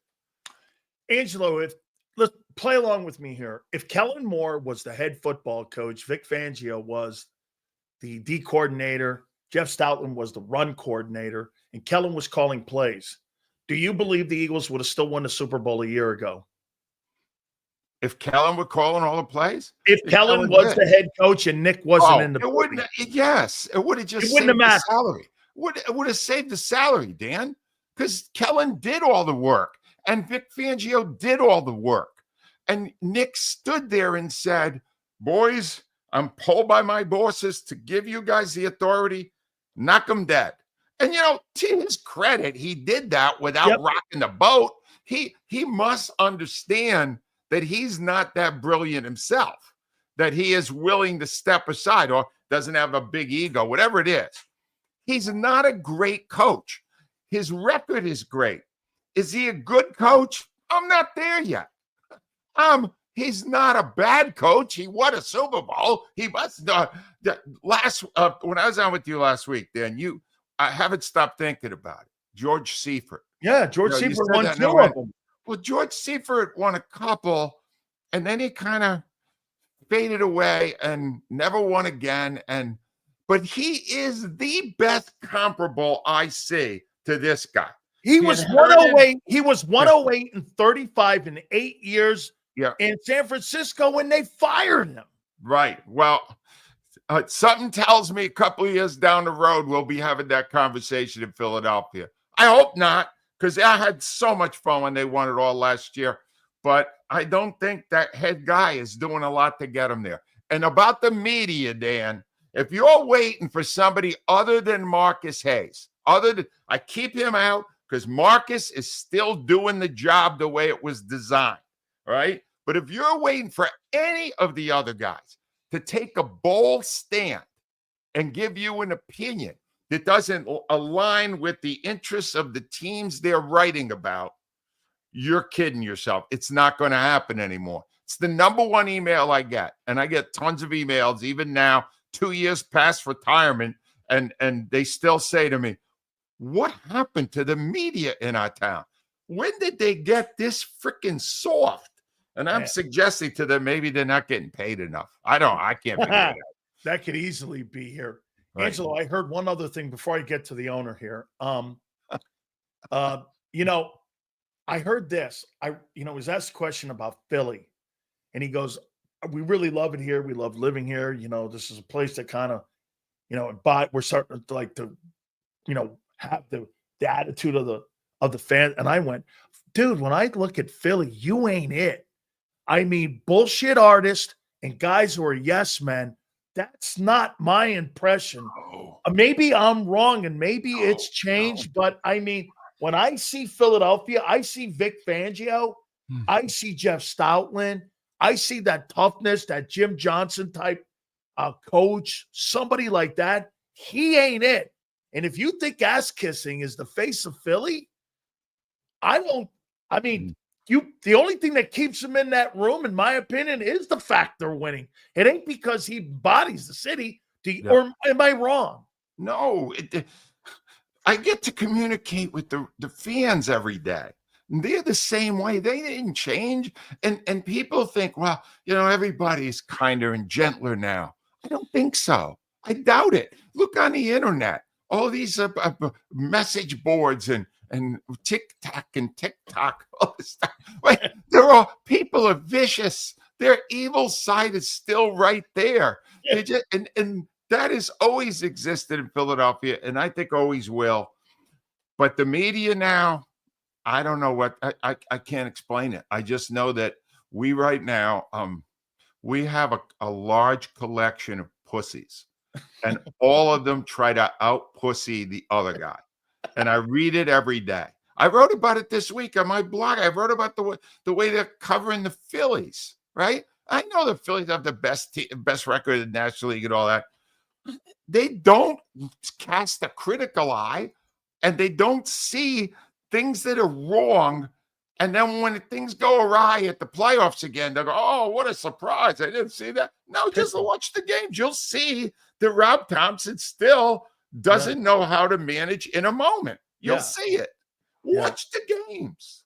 I've always said this about managers. I mean, I don't know what his background is, but I always like to have catchers as former managers of my baseball team, because you know why? Those are the guys that understand handling pitching staffs. True. When they take a guy out, when to take not a guy out, how long do you want to go with a gut feeling? Do you want to go analytics? I've always thought catchers really make sensational, like Bruce Bochy and them guys. They make really great managers because, again, they have a sense of the game. Remember, they see the game. Everyone else sees the batter. The catcher sees the game in front of them. Defense, starting pitching. I mean, I don't know. When I see Rob Thompson, I see a guy that looks in a book and goes, let's take him out now because it's 5 2/3. That's it. That's entirely it. He's always looking down. He's always looking to see what the numbers tell him he has to do next. The guy's in baseball his whole life. Yeah. Use your instincts. Try that once in a while, unless you have no faith in yourself, which must be what's going on. But I'll tell you, he's got people who are in love with him because he's kind and he's gentle and he's sweet.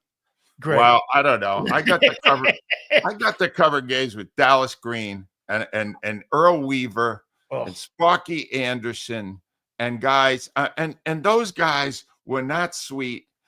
Don Zimmer banned me from the locker room at Fenway Park. It was great. It was like he hated me and I hated him, and it was sports as it should be. Where did that go? Oh, I know. Sparky, Captain Hook. That was his nickname, man. I mean, loved him. Loved him. Captain Hook there. Hey, real quick before I move on here, thumbs up or thumbs down on Dombrowski? You think he's done a good job with the Phillies team, or do you think that they still have those glaring flaws when it gets into October? It'll always come down to the pitching staff and bullpen. his trade deadline this year will be huge, bigger than it's ever been for him, because he's got a chance. Obviously, he's got a chance. Got a good hitting team. It kind of hits a lot of dull periods. It has periods. Harper's not having a great year, and I'm worried that he's not on the way down now. I'm a little concerned about that. But they're deep with the lineup. Their starting rotation's as good as anyone. And they got a bullpen that's going to need to really get bolstered. If they do that, and he's capable of doing it, they got a real shot. The thing with Dombrowski is he probably will make a couple of big moves because he's got people in the minor leagues that other people would love to have. He's got a couple of great arms. Had one to pitch the other day, Abel. He was really good. And he'll be able to get what he needs with that. And he is known to mortgage the future for today. So they got a shot there. It's just nobody is ever looking at them in any sort of a critical way. And then the two winter teams here, the Flyers and the Sixers, no one ever says anything bad about them. They had a debate today on my old show, and Rhea Hughes had to debate a guy from WIP who was arguing that Joshua Harris is a good owner. And you're going, what's wrong with you? Do you live too close to 3 Mile Island? What's going on? Do you have things going through your brain that are causing you not to think logically? What are you doing? You know, I mean, you know what? Hey, when I look at the Sixers and you watch that phony ass parade of interviews that Daryl Morey did and every stop he was making. I mean, seriously, the host in Philly, they must have had to use a lot of Carmex that week on all the ass kissing that was going on. Oh my God. I might just go like this. You're telling me you think Josh Harris is a good owner when you had one of the worst records in the history of the Sixers, and you're trying to tell me you have Embiid who you can't move now, and you try to justify the Paul George stuff, and you watch what the Knicks are doing with players that they've assembled the way that they've built that team. Yeah, that's Come a on, team. man. That's a team that choked remarkably last night. My God, I can't believe that. 17 points up, they go down in the Garden. God, how did they do that? But that's what being retired, I get to watch that stuff now. And it's so much fun. I love when stuff like that happens, especially when it's not my team that choked. It's beautiful. Man. Hey, but then again, you got to admit, can you imagine? I mean, Knick fans, here's my Knick fans are like Cowboy fans. Right. I mean, you would swear that Bill Bradley and you would swear that the Busher and Frazier played last year. Hey, dude, that was 1973. I was 11 years old. What are you talking about? You haven't been good in like ever. This is the first time in 25 years you're in a conference final. You got Knick fans, and watching them melt down like that was so iconic. And why you see Spike Lee going, hey, Doug, that's the way it works. Pacers ran them down. Timothy Chalamet all of a sudden. I don't really know what he's doing. He did the Bob Dylan movie, but now he's there every game, right? And I love when these big celebrities, these rich guys, that they just get crushed in a horrible loss. It's fun. It's fun to watch. Speaking of rich guys, so the chest pumping that went on yesterday with the Yachtsman at the NFL owners meetings, getting in there. And I've not ever heard this, Angelo, in all your years of broadcasting. I've never heard an owner use the phrase wet dream and talking to other people. Yeah. I mean, what was your takeaway with how the Eagles handled themselves with that whole case? Well, my theory is that going into that session before the vote for the Tush Push, more than half of the people were supporting the Eagles. And then Jeff Lurie got up and gave an hour-long presentation. All right. I'll be honest with you, Dan. I thought years ago the United States banned waterboarding. All right. Because that is a form of torture like I cannot imagine. And I could see if he went 10 more minutes, they would have banned the Tush Push. Because that guy, I'll tell you, here's what I would have done if I was still on the radio. Because my brain still thinks that way. I got to take notes. I would have here's what I would have done. All right. I would have caught different clips of him at different news conferences. And then I would act like we had the tape of the actual meeting. And then every few minutes, we go back to it, and he'd be droning on about how, let me give you my philosophy on it. And then you'd hear in the background snoring and or people collapsing. And then toward the end of it, you'd hear a siren. And you go, oh, I think they're coming in to rescue some of these people. They're going to kill themselves. They're not going to make it. And Lurie, I can guarantee you that Lurie spent half the time telling his fellow billionaire owners that they're so brilliant that they figured out a way to do the quarterback sneak within the rules, and no one can stop it. And then, knowing him, gave him chapter and verse. Back 2.5 years ago, it was a snowy morning, and we were all sitting around. We went, well, what if we get Goddard behind Hurts and we shove him over? And he went into excruciating detail. And I could just see there was one of the Bob Irsay passed away yesterday, right? Yeah. Was it during Lurie's speech? Yeah. I'm not sure. I'm going to have to double check on that. No, but I did hear that Jed York, the owner of the Niners, said, yo, wrap it up. Yeah. I think 3 of these guys put their teams up for sale. Good, I can't deal with this every day. Oh, my God. What a pompous blowhard, right? Oh. And the one thing I think he did that worked, and I know Jason Kelce personally, Jason went up there in 5 minutes, explained exactly what the play was, what the physical punishment or lack thereof was of it, and gave a compelling case. 5 minutes, 10 at the most. The boss just can't stop talking. When he is on a roll and he just won a Super Bowl, being around him right now, seriously, I think I'd rather be doing 2 to 4 in a federal prison than hanging with that guy right now. The head. Hey, Angelo, do you think that guy is look, the contract that they just gave Nick, it's funny because when I look at him now, doesn't he look impulsive that even though they gave him that money, 13.5 or whatever the number's going to land on, how fast could this thing turn around? Say they get out to a bumpy start and they start rolling. Does that contract mean anything? Because when you look at the contract now, it looks like it's a way out the back door because it's not a full commitment. Like you said, if I wanted to make this 5 years, we have this guy, he's my guy, and we're going to stand by this guy like the Steelers do, the Rooneys do with Tomlin. They're always standing behind him, and Mike hasn't won a playoff game in 10 years. Do you think the tides could change if they don't win the Super Bowl this year, where they would be back to where they were at the end of 23 and the beginning of 24, really?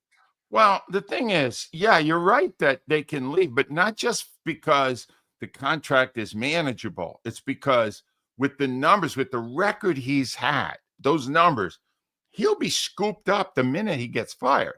He'll be the hottest commodity on the job. Now, once they meet him and hang out with him for a while, they'll realize, oh boy, this didn't work. This is not quite what we thought. But it's not going to cost them anything. Somebody's going to pay him more than they're paying him now, and they'll be absolved of having to pay the rest of the contract. I am not about to make predictions about how many wins the Eagles are going to have this season based on what I said about last season. So let me just say that the biggest thing about this contract is they wouldn't give you information. Correct. I agree. And that requires you to do it. And you may have the right information. You may, who knows, right? But here's the thing. There's no reason to hide it. None. Unless it makes the statement that we like this guy, but we're not going to. He's not Dick Vermeil in his prime, even though he never won here. He's way more popular. Sirianni is not that popular after all this time, Danny, that's the most amazing part of it, that Sirianni went to a Super Bowl, won a Super Bowl, and you don't hear people saying how great he is anywhere around this city. When Peterson won, he was beloved. Vermeil never won and was beloved more than Peterson. But this guy, people can see through it. We're not stupid. Who do you And think the Eagles aren't either. They didn't give him a top salary or a lot of years because they know that he's not that great. Who do you think the fans revere more, Doug Peterson or Nick Sirianni? Peterson, without a doubt. But neither of them as much as Andy freaking Reid. They love Andy Reid in this town. Why? And I dedicated 15 years of my life, Dan, to convince them that Reid was a robotic dope. And it didn't work. I lost. That is one of my great failures. He's beloved here. He's the most beloved Eagle coach, and he never won a Super Bowl. It kills me. Angelo, final question for you. I'm doing, besides the show here, which is absolutely blown up in Philly, I'm doing a show now in Tampa now from 10 a.m. Radio on the radio at 8:20 a.m. to noon. And I'm gonna bring you up tomorrow, and I'm gonna ask you, what's the one thing right now that you don't like about today's radio or today's media that you don't like what you hear, what shows? Radio's changed from us. Obviously, you can't say and do the things that you and I did when we were lunatics when we first started. There's right. way more guardrails. And I said this morning, Angelo, that I love radio. I just hate the people in it. Okay. I mean, I just hate the people in it. And I think, they could drive you out of it and they could make you have a bad taste for it. But, you and I were raised on radio. I mean, this is what it is. You were a newspaper guy first, obviously. But what is it in your eyes? And what? Well, there's no question what it is to me. And that is that far more than I had when I started in radio 40 years ago, or even when I left it 2 years plus ago, that the teams now have more control over the message being sent out by sports talk radio stations. They have more control. They're less inclined to just take the criticism and deal with it. They are more likely to call the boss, call, the Eagles now are owned, WIP is owned now by George Soros. Call George Soros's office, the hedge fund guy, and tell him it's bad for business that they're saying this stuff. Do an end around. They tried it with you. The Eagles did. I know. They will. The problem is when I started, even though for most of the time I was on the air, I was working at a flagship station for either the Eagles and or the Phillies, right? Yeah. They would try it occasionally and it wouldn't go anywhere because the people in charge said, you stay in your lane, we'll stay in our lane. Our job is criticism. Your job is to accept it and learn how to deal with it and get more successful so we don't have to rip you.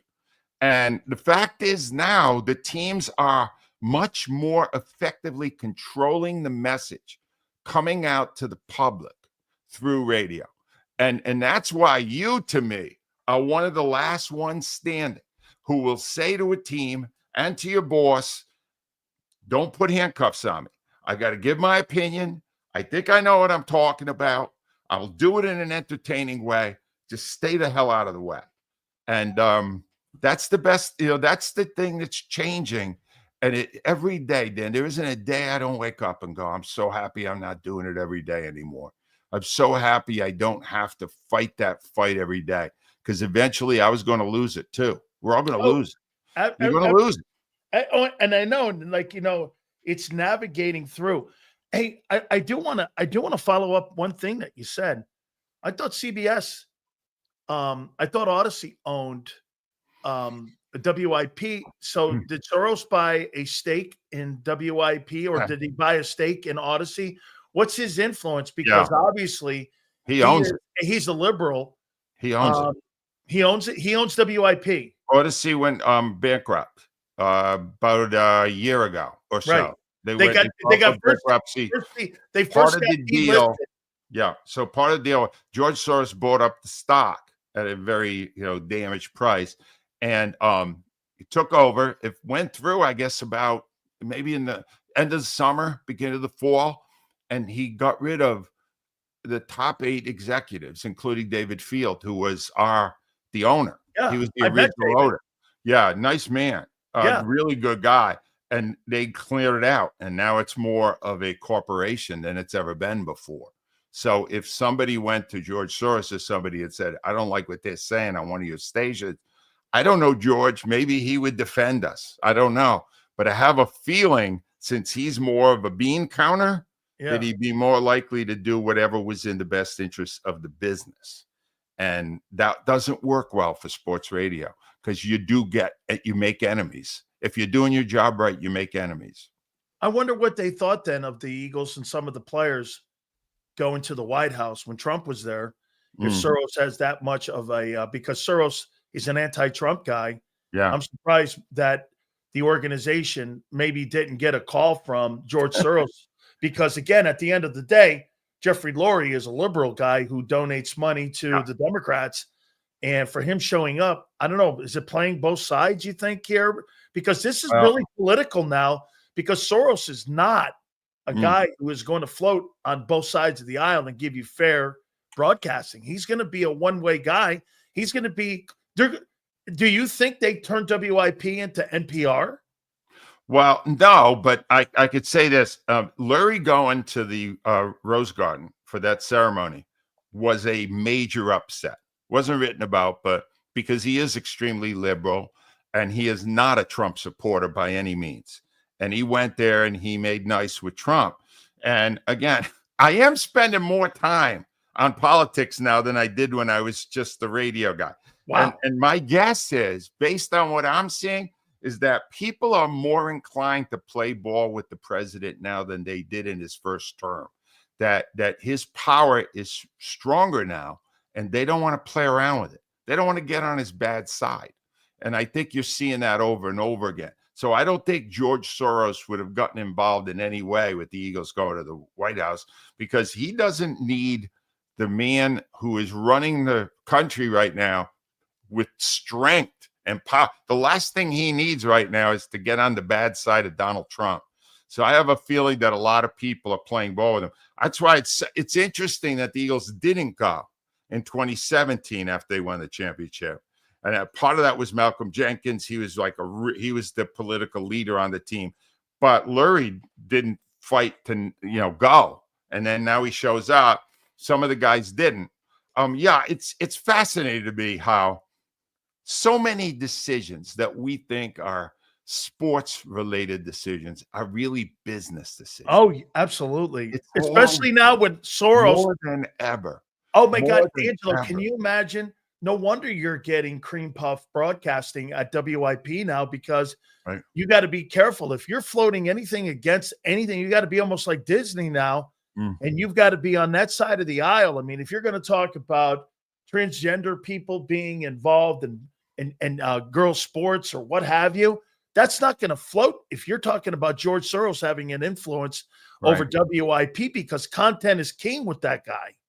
Well, I'm not saying he's ever interfered in the time he's been there. I'm just saying that when you have a change in ownership in your radio station, chances are at some point the new owner will assert himself. And if that happens with WIP, if that happens at any sports radio, then the fight begins, the tug of war. Can you really speak your opinion, even if it alienates somebody you're in a business deal with? No way. I don't know. It's harder now than it ever has been, Dan. Much harder. Absolutely. Angelo, tell folks where they can find your blog, how they can find it. You do it weekly. I know we read it all the time. It's absolutely great. And by the way, I mean, you on the radio right now, boy, I'll tell you, man, I don't know, Angelo. I think there'd be like, the old bat phone? Yeah. It was like a bat phone that started blinking red. I think you'd have that red Howard Stern old phone in your. I had a boss that would do that anyway. So I got plenty of that in my early days. That to you? Tom Bigby would do the that time. And he would go, "Get off this topic now." And then I would go, "Follow me." Click. Anyway, it's AngeloCataldi.com. And you will find, I actually, I criticized my co-host Keith Jones in this week's one. I had a whole bunch of stuff in this one, and I had to criticize. And you love the guy. I loved it. He's maybe my favorite human being other than family. And I had to say that he's just fallen in the same trap all the other guys did. Let's get another flyer in here. Now it's Rick Tocchet, right? And I had Rick Tocchet on my show many times, and I knew how boring hockey was for our audience. And you know what I talked to him about most of the time, Dan? His heartwarming love of soup. You say to this guy, you say to Rick Tocchet, Rick, describe your finest soup for me. And he'll go, oh, easy. And he'll give you 10 minutes on it. You go, Italian wedding soup with little meatballs. Oh my God! With the spinach in it, with the little pastine yeah, and yeah. all. Oh, and he would do. Then, like with 2 minutes to go in the interview, I go, so what do you think the Flyers are? How are they doing? Hey, you know what's funny, folks? I asked Angelo for a number over at the Flyers. He goes, I don't really have any connections there because I don't really talk about them. No, I never talked about them because they were boring. And guess what? They're more boring now with my friend running them than they were when I was there. Jeez, come on, wake up, people. Angelo, thank you for all this time, man. I so appreciate it. Make sure you check his blog out. Angie, thank you so much, my friend. Be well, my friend. See you soon. You got it. That is Angelo Cataldi, our good friend. We appreciate him so much. Man. Oh, it is always so good to listen to someone who's like me. Oh, you know what's great about it? The passing of the torch kind of thing. Angelo Cataldi passing the torch to Big Sills. Yeah. George Soros now owns WIP. No wonder it's shit radio. I didn't know that until right now. Holy cow. Working at WIP must be a nightmare when it comes to top. Oh my God, I could never work there. Holy cow. I'd write down probably, if you've ever seen the Howard Stern movie, my topics that I write down every day for you guys, I guarantee you I have to go in the program director's office. And they would probably edit half my content.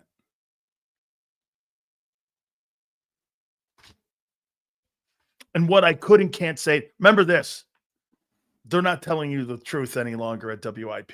They're not. Seals, I just got off the phone with the CFL. They're moving the Jets to the CFL. Yeah, they're going to play the Argonauts in the Saskatchewan Roughriders. It's going to be a big-time game. Great stuff. Look at Sue. More than half. Sue, seriously, they would never let me talk to you guys. So when you guys criticize me for some of my takes and some of the things that I say, you may disagree, and I have no problem with guys like Twiz. Okay, get this. Hey, Twiz, one thing we could say here on this program, at least we have our opinions. I'd have to have their opinions. And I would have to edit you off my show if you didn't agree with their opinions. Think of that. And by the way, Twiz, that's why you're a great viewer of ours. And EL too. That's right. Get this. Howie should give me my own show. Yeah, oh no, you'd be perfect because you'd be the biggest ass kisser on WIP, and that would roll perfectly, M. Reyes. Are you kidding me? You're made for IP because you're the biggest glazer of the Eagles there is. You would be a grand slam. You know what? They should put in the trades If you're looking to work at WIP, you have to have M-Ray skills, ass kissing. And if you ass kiss, you're in. How you doing? Everything is great. The GM's great. We got better in the offseason, even though we lost half our freaking team. It's all good. I'd listen to M-Ray. Of course you were, sweetness. Of course you would. Holy cow. Hey, can you imagine this? No. Wait a minute. 90% of you would never be allowed to talk on WIP.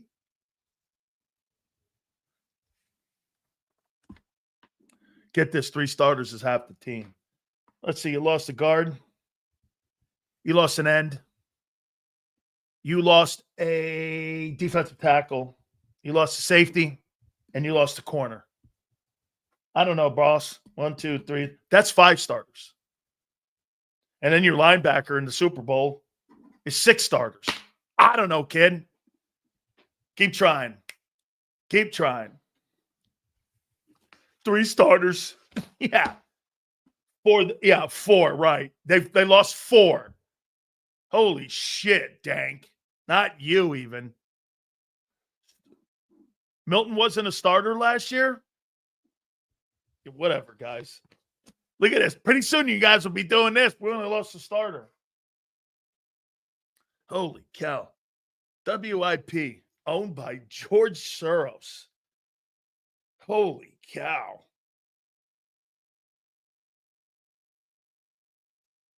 Okay?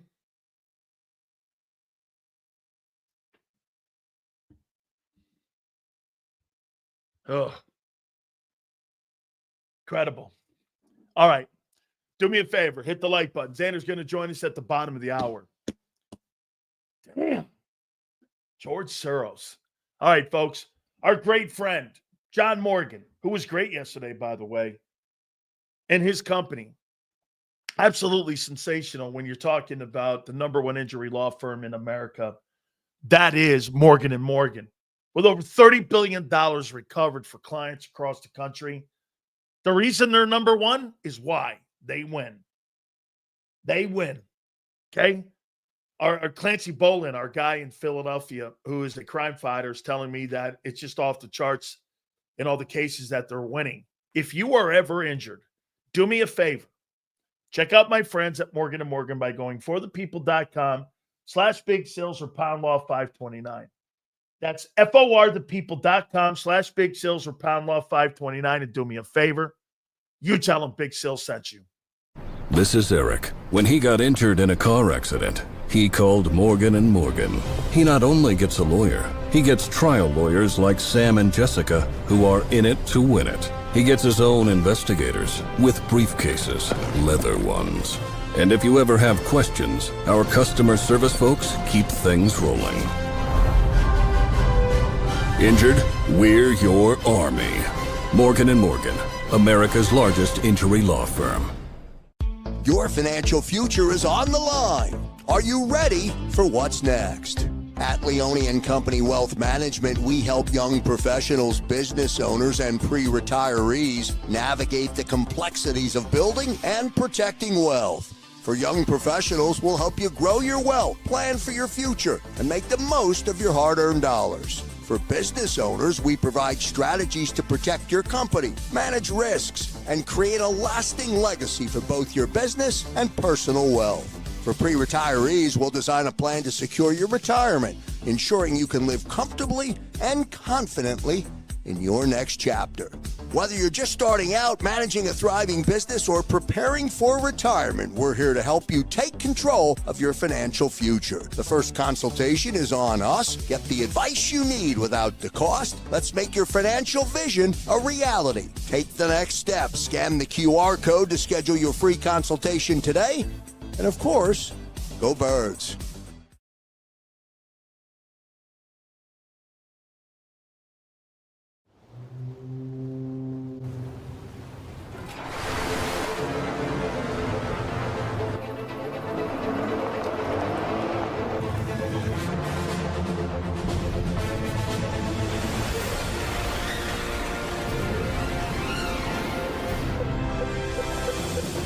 They're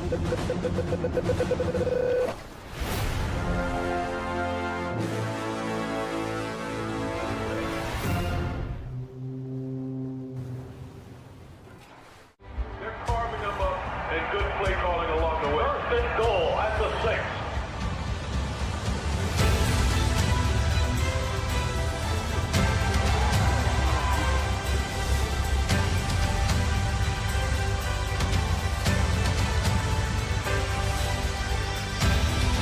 On the field of life, First Trust Bank is there for you. Champions on 3. 1, 2, 3. Because Philadelphia dreams deserve a Philadelphia bank. In our hometown, we all look out for each other. We step up to keep our communities going strong. And at Independence Blue Cross, we're here to keep you going strong as the #1 health insurer in the region. No IBX is always looking out for you. EAGLES. Eagles.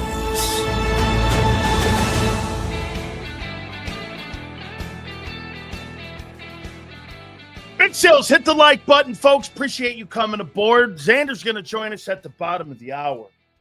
Before I get into a little bit about Brock Purdy, a little bit about the Eagles, moving forward here, it's funny. I heard John McMullen on Birds 365 make this comment. What kind of head coach is he going to be? Ben Johnson, the new head coach who was the offensive coordinator in Detroit.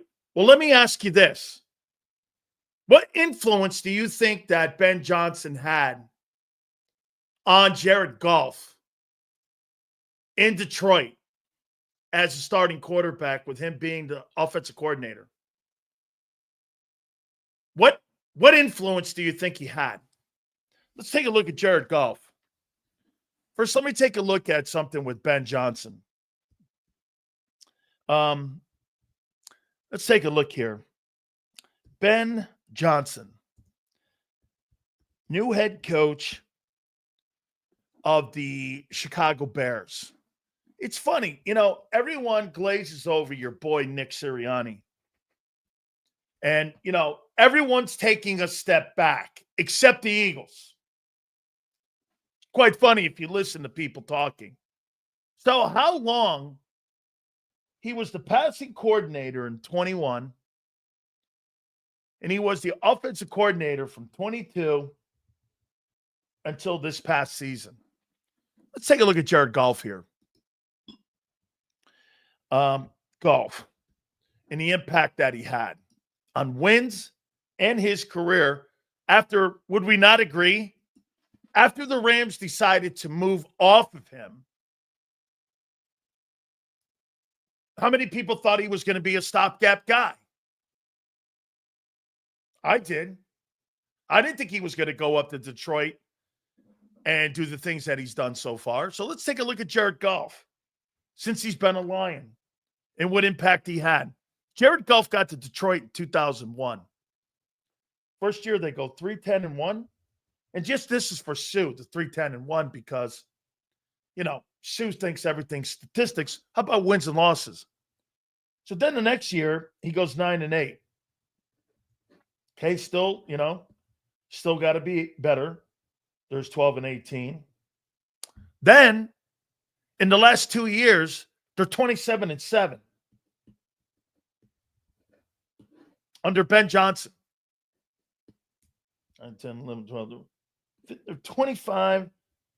They are 40-25 since Jared Goff has been around Ben Johnson. And let's take a look at him numbers-wise. Every year that he's been in Detroit, he's thrown for more than 4,500 yards and 30 touchdowns. And he's thrown about 12 picks a year, 30 TDs, and about 12 picks a year. Let's take a look at this in Detroit. He's thrown 115 touchdowns in 4 years and 39 interceptions. So what impact do you think he's going to have on Caleb Williams? And for the record, what was Detroit before Ben Johnson showed up as the passing coordinator and the offensive coordinator in Detroit. I must have missed it. Matthew Stafford must have been a superstar up in Detroit with all those playoff wins. Oh, that's right. He never won one. He never won one. Get this. How many Super Bowls? Dog, you must be talking like the Lions had the same culture the Philadelphia Eagles have had the last 25 years. You know what Brian will tell you, and you know what you will say? You guys have recency bias. What were you before 8 years ago? You were the almost guys. You were the almost guys. Right? You weren't terrible. You were, we'll wait till next year. The almost guys. That's what the Eagles were. The first about what? 25 years of Jeffrey Lurie's ownership? You were the almost guys. Right? When were you terrible? Bro, you have recency. You won two Super Bowls in 8 years. And in the 60 some odd years since the Super Bowl has been played, since 1967, you've won 2. Don't act like you've won 15. You haven't. You act like you've been great forever. Are you crazy? You haven't. You've been great now. You're in the present, and I'd live it up.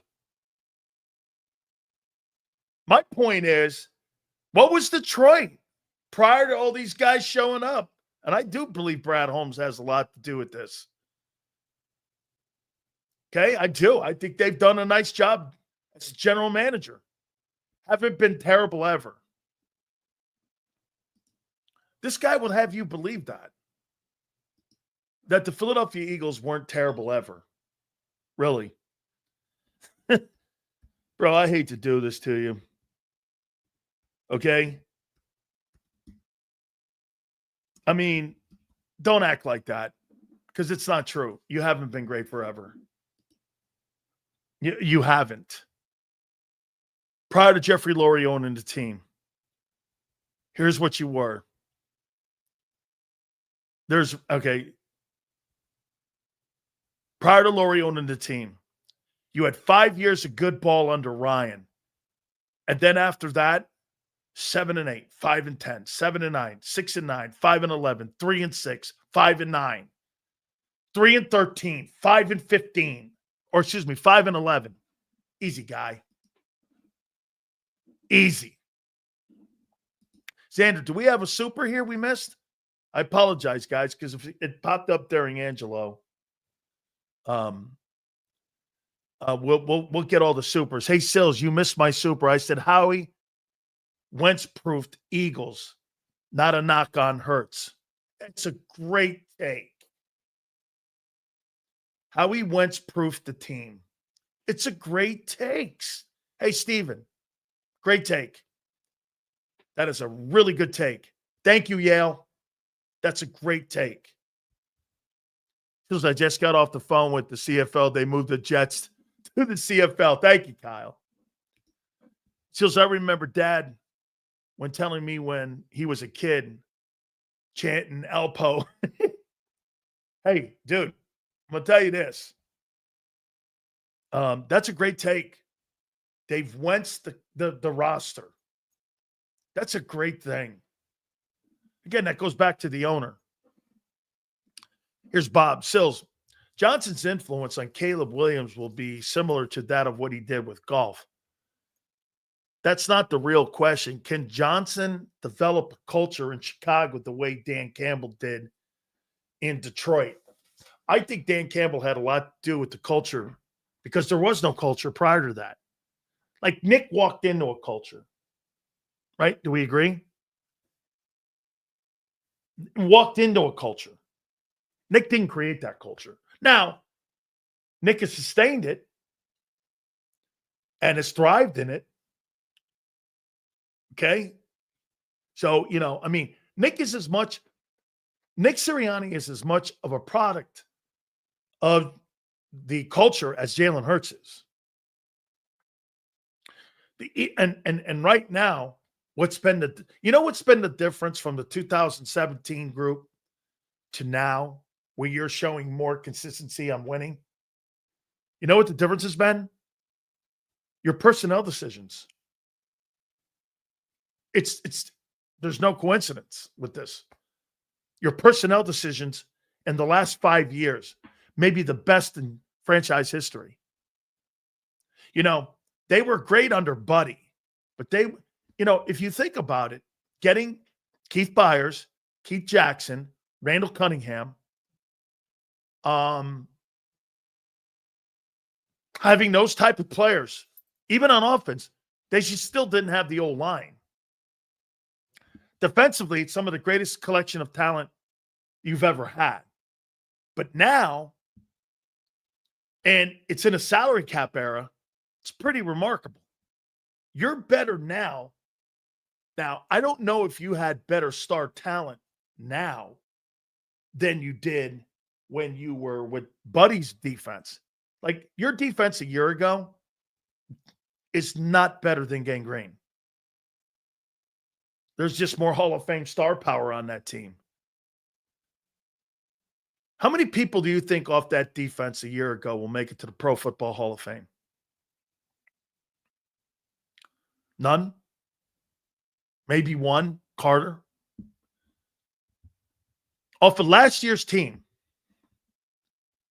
how many Hall of Famers will make it to the Pro Football Hall of Fame?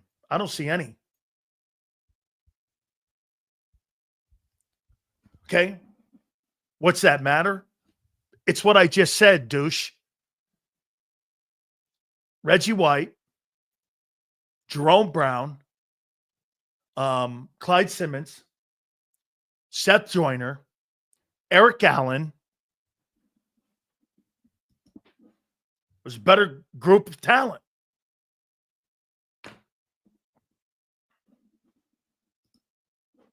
This looks like a great take. Yes, absolutely. I believe Howie woke up after his failed draft pick of Rager. Well, LSU's Justin Jefferson, he's a superstar. But again, he's overcome that. I'll tell you what, like I said, he's overcome. And BG will not make it to the Pro Football Hall of Fame. He's not a Pro Football Hall of Famer. That's not happening. Okay? That's not happening. Here, let me double check that before I say that. Brandon Graham.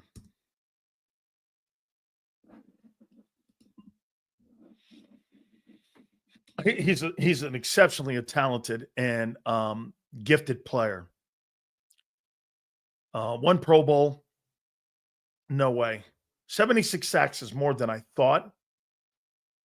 But when you're talking sack list of all-time sacks in NFL history, let me see where sacks, all-time sacks, NFL, and who's ahead of him.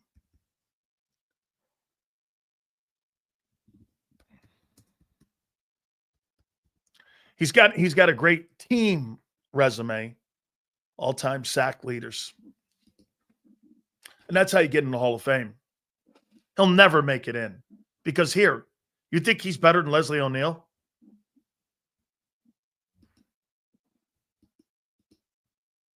Here are the guys ranked ahead of him.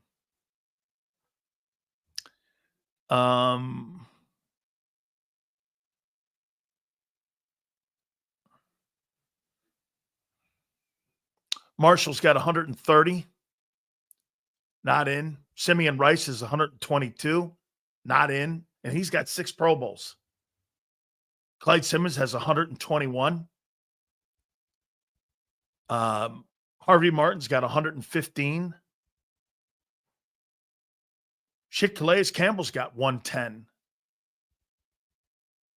Pat Swilling's got 107.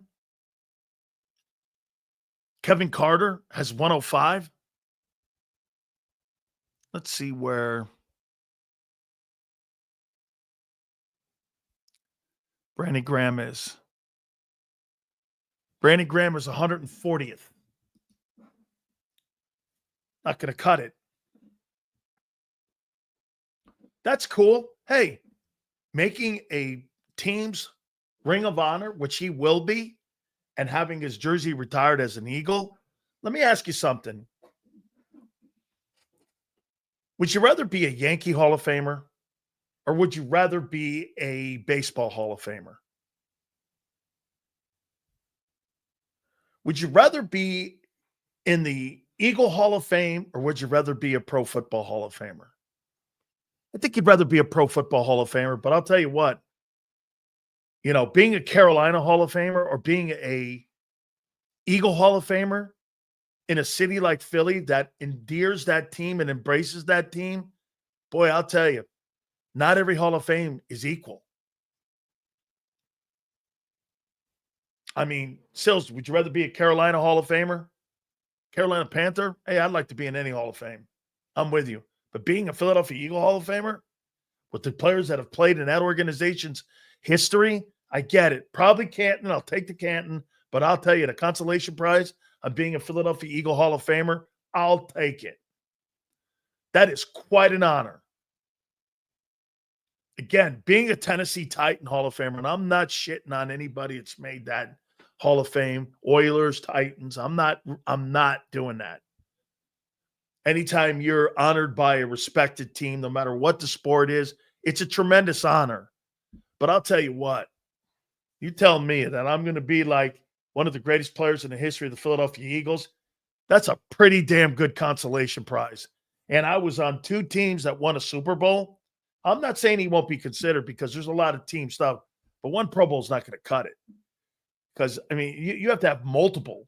Like Leslie O'Neal is truly one of the greatest sack guys, one of the greatest defensive football players in NFL history, and he doesn't even get debated. What is he ranked when it comes to all-time sacks? Leslie O'Neal's 20th. He has 132 sacks. He's almost doubled them. And if you looked at his resume, I think he's got like 5 Pro Bowls. I mean, he's a tremendous football player. And look, it's no shade. It's absolutely no shade. All right. Tell you this, man. When you win a Super Bowl, you see that owner? You see the Ottsman yesterday? Let me just put it to you this way. This is the best wet dream show in Philly. This bad puppy right here. I'm just going to use it like the owner did. Holy cow, yesterday. I mean, in an NFL owners meeting, 32, you got the owner of the Eagles dropping wet dream. I'm like, what is that? Holy Madon. Legacy is everything. Imagine if McNabb had won all 5 of those NFC title games and went to win those Super Bowls. Dude, he'd be a slam dunk first ballot Hall of Famer, and he'd be considered one of the greatest quarterbacks in the history of the sport. Absolutely true. But hey, Leon, I've got to get to, wet dreams and tush push and people pushing people around in the owners' meetings there in Minneapolis. And who better to do it with? Hey, one thing I got to love with John, before I start talking about John McMullen, I got to take a shot of whiskey here. Hang on. And I made it. Without further ado, we bring our boy in, Big Z, Xander Krause. How you doing, brother? What's up, Big Sills? How you doing, brother? Oh, good. Hey, so like, what do you make of your owner, man? He jumps off the yacht, goes through the canals, goes through Lake Michigan, Lake Ontario. He lands there in Minneapolis. He gets off his yacht. He's got Jason Kelsey with him. He goes in there and he starts barking about, hey, this is us versus the world. Yeah, baby. To do with the play. What do you make of your boy? I like that. That's a good thing, man. Why not, right? He went in there, he pulled out all the stops, and he saved the play for another year. Guaranteed his quarterback another 10 rushing touchdowns, and all good. But I will say that comment was very odd. I just didn't like. I didn't really get the analogy. Two, I thought, like, how do you, of all the things you can say, why say that in the owners' meeting? I just thought it was weird, but listen, he got the job done. That's all that matters.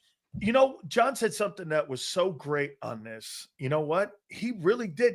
And Jerry Jones, of all people, I went like, after listening to what you said, I had to pull it up, the comment, and I'm like, oh, Jerry? Yeah, from Jerry. Yeah. And I went, Jerry's right. Is it about hating the fact the Eagles have an advantage because they're the champ? Right. Or do I really hate the play? You know, I mean, you had me saying that. Hey, do I hate the play? Or is it more about the Eagles having an advantage? Sileo was Jerry about this. He didn't want Sileo didn't want to see Jalen get another 10 rushing touchdowns. I went like this. This is more about hating on what the Eagles are doing.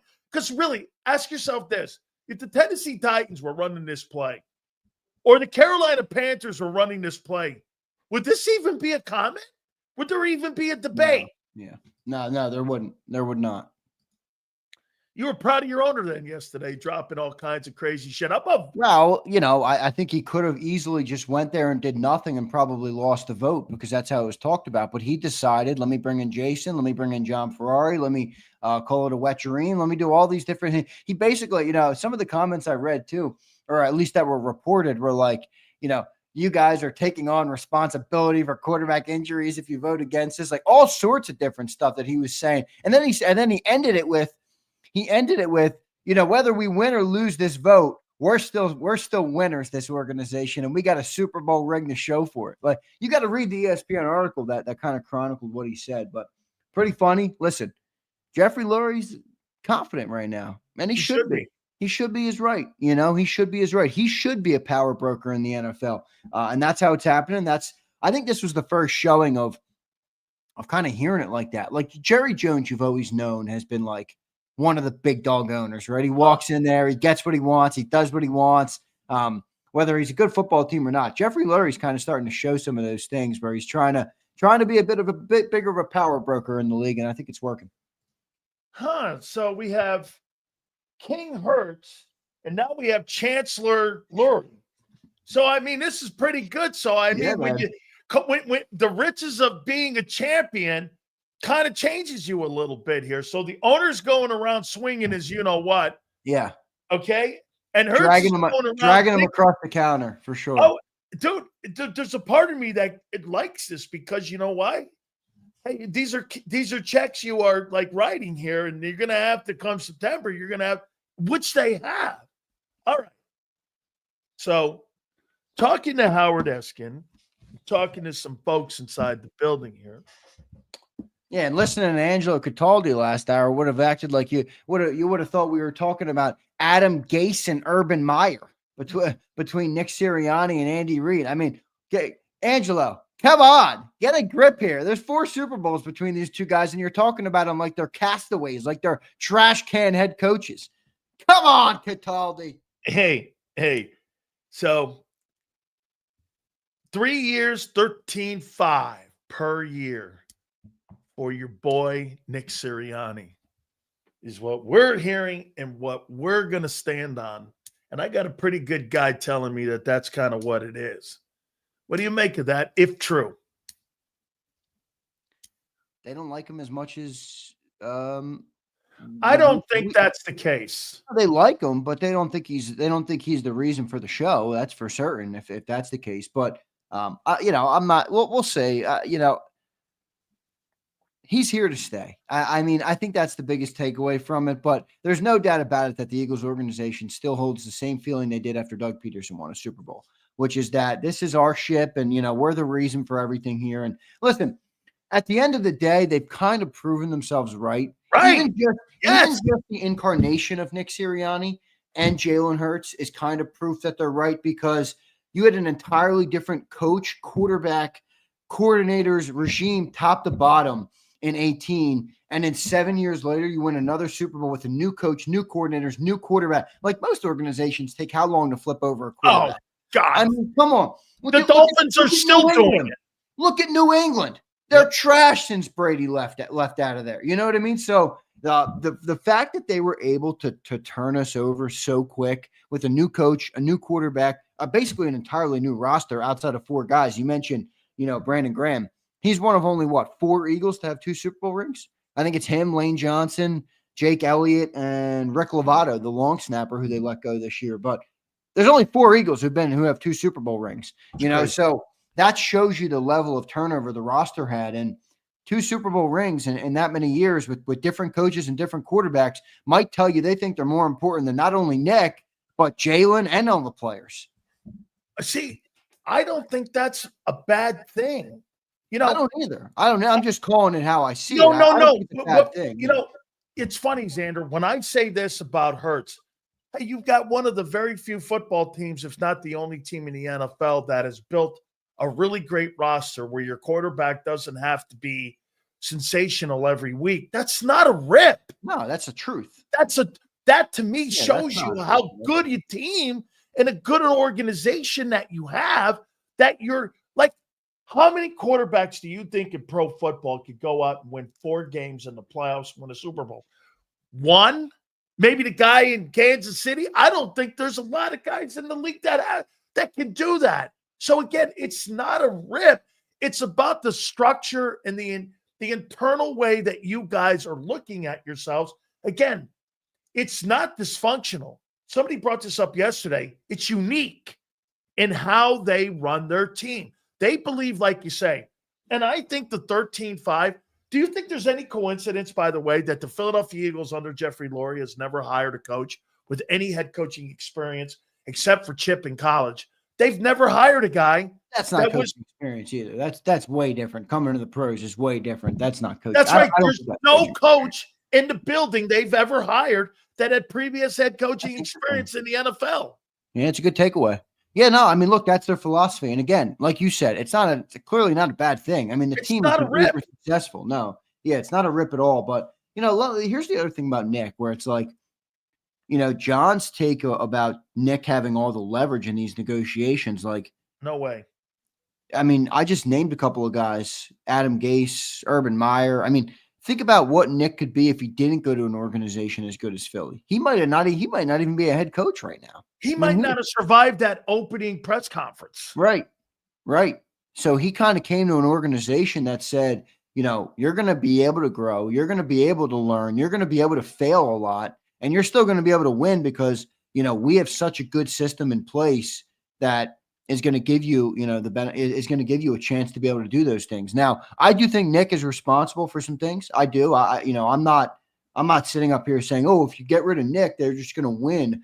Now, but I do think the philosophy that they're employing right now is clearly one that works very well, right? I mean, I think the whole different thing with two different regimes, basically entirely outside of Howie Roseman. I mean, even if you look at the assistant GMs that were in the building in Howie in 18, those guys are all gone. Like, this is an entirely new regime. So it's clear the head of the snake is the 2 guys, owner and GM, that are really, really doing good things right now. Let me expand on what you just said. So how much respect, or wait a minute, I'll take that back. How much pride do you think your owner takes in developing, let's see, Andrew Berry, Joe Douglas last year, the assistant GM at Pittsburgh. I think that's it. You have 3 general managers that came out of your building. Yeah. Well, no, wait, who'd you say? Andrew Berry. Okay. Joe Douglas a year ago was the Jets guy. The assistant guy who's in Pittsburgh is the associate GM in Pittsburgh. Yeah. I can't think of anybody else that was in the building. Andy Weidel, I think you're talking about. Yeah, I am. That's exactly what I'm talking about in Pittsburgh. There's a lot more too lesser guys, not lesser guys, but guys that are a little bit lower down the totem pole across. But then you also look at Jonathan Gannon, Shane Steichen, John Harbaugh, a bunch of coaches who have been in your building that have come through the Eagles, who were hired by the owner, hired by the organization, Banner, Howie. How much pride do you think he takes in having hired Howie Roseman, having hired Nick Sirianni, having hired all those assistant and future general managers? How much pride do you think he takes in showing that, hey, I hired Doug, They won a Super Bowl. I moved off the Doug. I got another guy, and he won another Super Bowl. How much pride do you think he takes in the fact that, and this is why maybe that salary's not 21, Right. that he thinks it's more about him and the way they do business. How much pride do you think he takes? I think he takes a lot of pride because what's a more fail-proof method? Why wouldn't you? Yeah, why wouldn't you? I mean, think about, having the coach that does everything is a good thing when it works, but how rare is it? Look at across the league right now. How many coaches, one, do that, and two, how many are successful with it? So this method. Look at the Cowboys. Take a guy like Nick, take a guy like Doug, take a guy like you can do different things and still be successful with it. So I would take a ton of pride in it. I mean, that's maybe the biggest success for him as a business owner is that you can plug multiple people, is that you have this setup in your organization. I mean, the rings and everything are nice, but those are essentially the icing. They're essentially the reward for the process that you've set up and that you've created. Those are what you get by doing the right things day in and day out. So I think Jeffrey Lurie's done a really good job. I mean, I haven't been the biggest Jeffrey Lurie fan in terms of personally and some of those things, but he's been a tremendous sports owner for sure. I mean, a blueprint I think that many can follow. How many owners in the league right now that are current have had multiple coaches win Super Bowls under multiple regimes or taking? So he's had 3 different coaches. Is that correct? Take in his time owning the Eagles. He's had 3 different coaches go to a Super Bowl, and he's had 2 different ones win it, right? Yep. Jerry hasn't done that. Bob Kraft even hasn't. No, Bob Kraft did it twice, Parcells and Belichick. Right, yeah. Okay, but that was an L. They lost to Green Bay. Name me another organization that has had under current ownership, and Green Bay doesn't count because they don't have an owner. Name me another situation where you go, the Eagles weren't, the Rams weren't owned by the current group now. Kroenke didn't own it when they won it in St. Louis. That was Georgie Franier. Can you name me another organization? The Rooneys? Okay, the Rooneys had 3 different coaches win Super Bowls. Okay. Yeah. But they've been in place for 65 years. Right. Way different.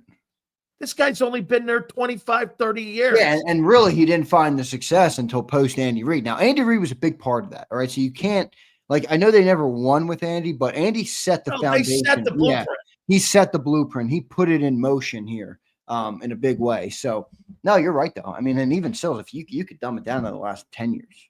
All right. When Doug Peterson got hired, when? 2016? Let me see. 2015? I got it right here. Hold on here. I got it right here. I think 2016 or 2015, maybe. He got in. Peterson was hired in 16. 16. So in the last 9 years, it's 2025 right now. In the last 9 years, he's built 2 coaches, 2 Super Bowl teams, 2 Super Bowl winners, another NFC title. I don't know how many times we've won the NFC East, and arguably the best roster over the last 10 years consistently year in and year out has been the Eagles. Now, the Cowboys have had some good years. The Commanders obviously had a good year last year, but the Eagles have been the top of the NFC East, and it's really not even close in the last decade. You know what the stat is, don't you? Since he's owned the team, since 2000, I think it is actually. He owned it at the late part of the 90s, but since 2000, I think all the playoff wins, they have more playoff wins than every other team in the NFC East combined. You want to hear something that pisses me off? You want to hear something that pisses me off right now that I want the team to accomplish this year? Tell me. I'm pissed off that we can't win the NFC East twice in a row. This team is too good for that. Get that monkey off your back. Whatever you have to, they got to win the NFC East this year. This team has been too dominant in the last decade to not have a repeat. All right. You could easily make the argument. We're the stat ever. We're the Chiefs of the NFC East, but we don't have the NFC East crown every year. The fact that we haven't won it back to back bothers me. I'm like, come on, man. We got to get that thing. We got to get that back to back to really show that we're the dominant team in the East. I mean, you can say you're the dominant team in the East, but if you can't even win it back to back in 2 years, we were the last to do it, Anthony, but that was 04, man. That was 04 or 05, I think. Yeah, you're talking 21 years ago. Yeah, 21 years. Yep. I mean, since that. It's a long time, man. It's a long time. This is kind of a hard question, but let me throw it at you here anyway. By the way, all supers will be read at the end. Please hit the like button.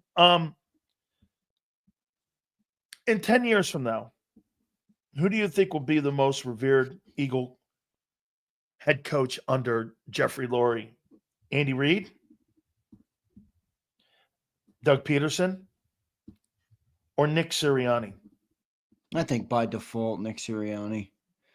You think more fans in Philly respect Nick Sirianni more than they do Doug right now? No, but you said 10 years from now. Oh, yeah. Okay. So Yeah, I'm kind of factoring in. You take the first 4 years. All right. You factor in that the team, I'm assuming the team has success in the next year. Now, granted, they could have a 23 collapse and Nick Sirianni's gone. And then I know.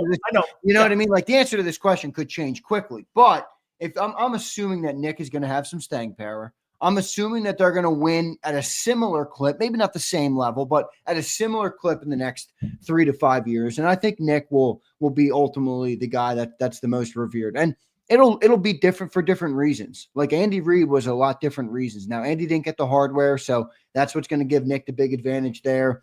Nick will obviously win a lot more, I think, than Andy won. But shoot, dude, if you keep winning like this with Nick Sirianni, I mean,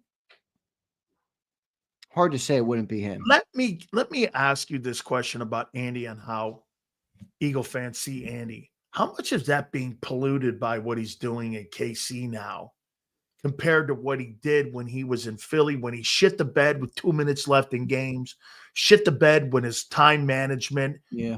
Dude, you know, one of the remember, you know, Donovan shit the bed too in moments. But one of the things Andy's biggest criticisms were was time management. Yeah, and I know. And he still deals with some of that stuff. Oh, yeah, he does. You know what's made him a better coach? He's quarterback now. Yeah, right. What's made him a better coach is the guy he's got in KC. Okay, I mean, if you just looked at Andy and went, man, he was the almost coach. I mean, yeah, he was. It's a good way to put it. He's the almost coach. Yeah, no, and I'm not suggesting to you that Andy's not a better coach than Doug, or he's not a better coach than Nick. I'm not saying that. I'm just saying that's a little bit when you see Andy today. That's a different Andy Reid, don't you think, than the Andy Reid that was in Philly? Yeah, and I honestly, you said the question, the way you phrased it 10 years from now, I think Andy Reid could be viewed above Doug Peterson on that timeline. Maybe not right now. But doesn't Doug already feel like he was a little bit of like a product of the environment? No, he feels like he was a flash in the pan a little bit. Like he was here today and gone pretty quick. And then let's just zoom ahead. Like let's say Nick Sirianni is here for 10 years, right? You'll look at Nick and you'll say 10 or a Super Bowl, 10 years, whatever the winning percentage is after 10 years. You'll look at Andy and you'll say 13 years and establish the culture. And you'll say Doug was here for 5 years. He won a Super Bowl with a backup, but, you know, everything else was the reason that Doug won. And clearly the organization, helped Doug more than Doug helped the organization. I'm saying how it might look in 10 years from now.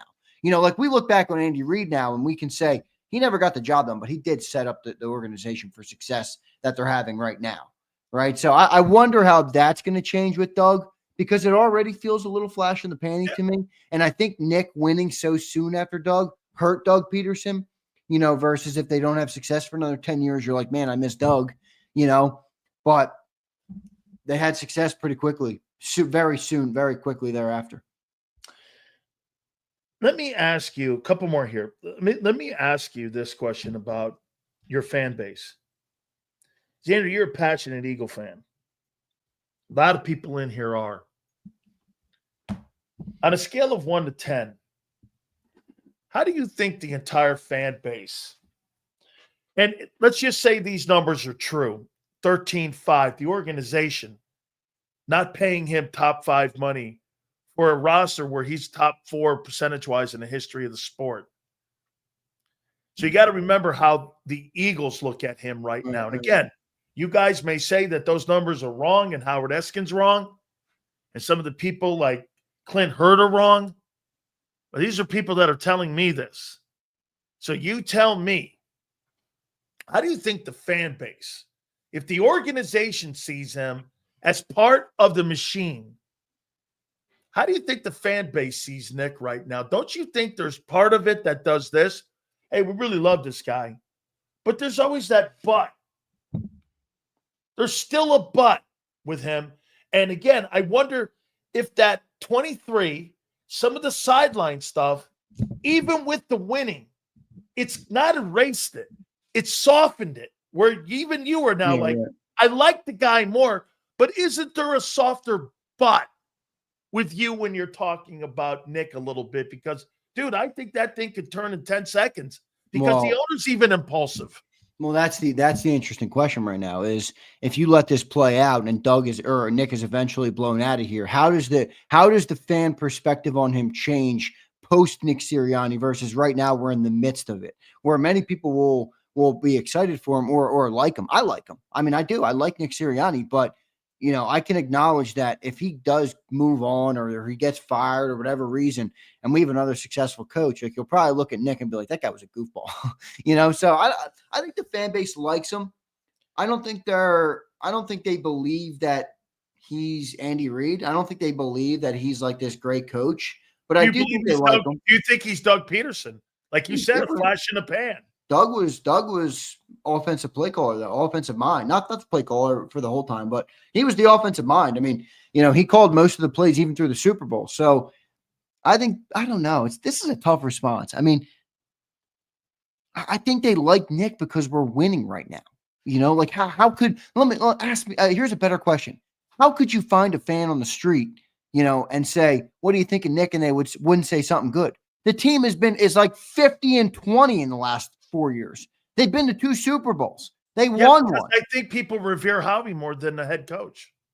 Well, but they wouldn't. My point is that in the frame of mind they're in right now, they're not going to discredit Nick Sirianni. No, they're not. But name me another organization where the general manager, a fan base would say, if you had to pick, which guy do you think is more responsible for building? Howie's more famous, like in terms of Philly. Howie's more famous. Yeah. He's the man of the year in Philly. Yeah. Howie's that dude. I mean, for sure. But don't you think he hurts Nick a little bit? And again, this goes back to John's thing about navigating it through.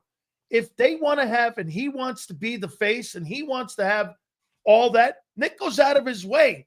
Howie and Jeff. Thank you. Isn't that part of navigating it through? Yeah, it is. You know what he's okay being? He's okay being Scottie Pippen. Yeah, that's a good analogy for him. It's tough. I always hate speaking like on behalf of fans because it's like, dude, the amount of people, Philadelphians I talk to on a day-to-day basis, it's a melting pot. It really is. And that's one thing I love about this city. But to speak for all the fans is tough to do. But, I get your takes on Nick Sirianni and everything, but we don't have a lot of success as a franchise in the last 60 years. We don't. So this guy comes in and whatever he's doing is working to the tune of, 11 wins is a bad year. Like he almost got fired after 11 wins. Tell the Jet fans that. Right. Like that's dude, we operate, our fan base operates in a different realm right now. I mean, we used to be happy with those silver medals type of stuff because we didn't have much, I mean, it used to be before 2017, it used to be, well, Andy did make it to the NFC title game 5 times. That's pretty big success. It's changing. It's changing rapidly in Philly. And you're funny. Covering it. It's funny. If I had to pick a quarterback that reminded me of Nick Sirianni of coaches, it'd be Jalen Hurts.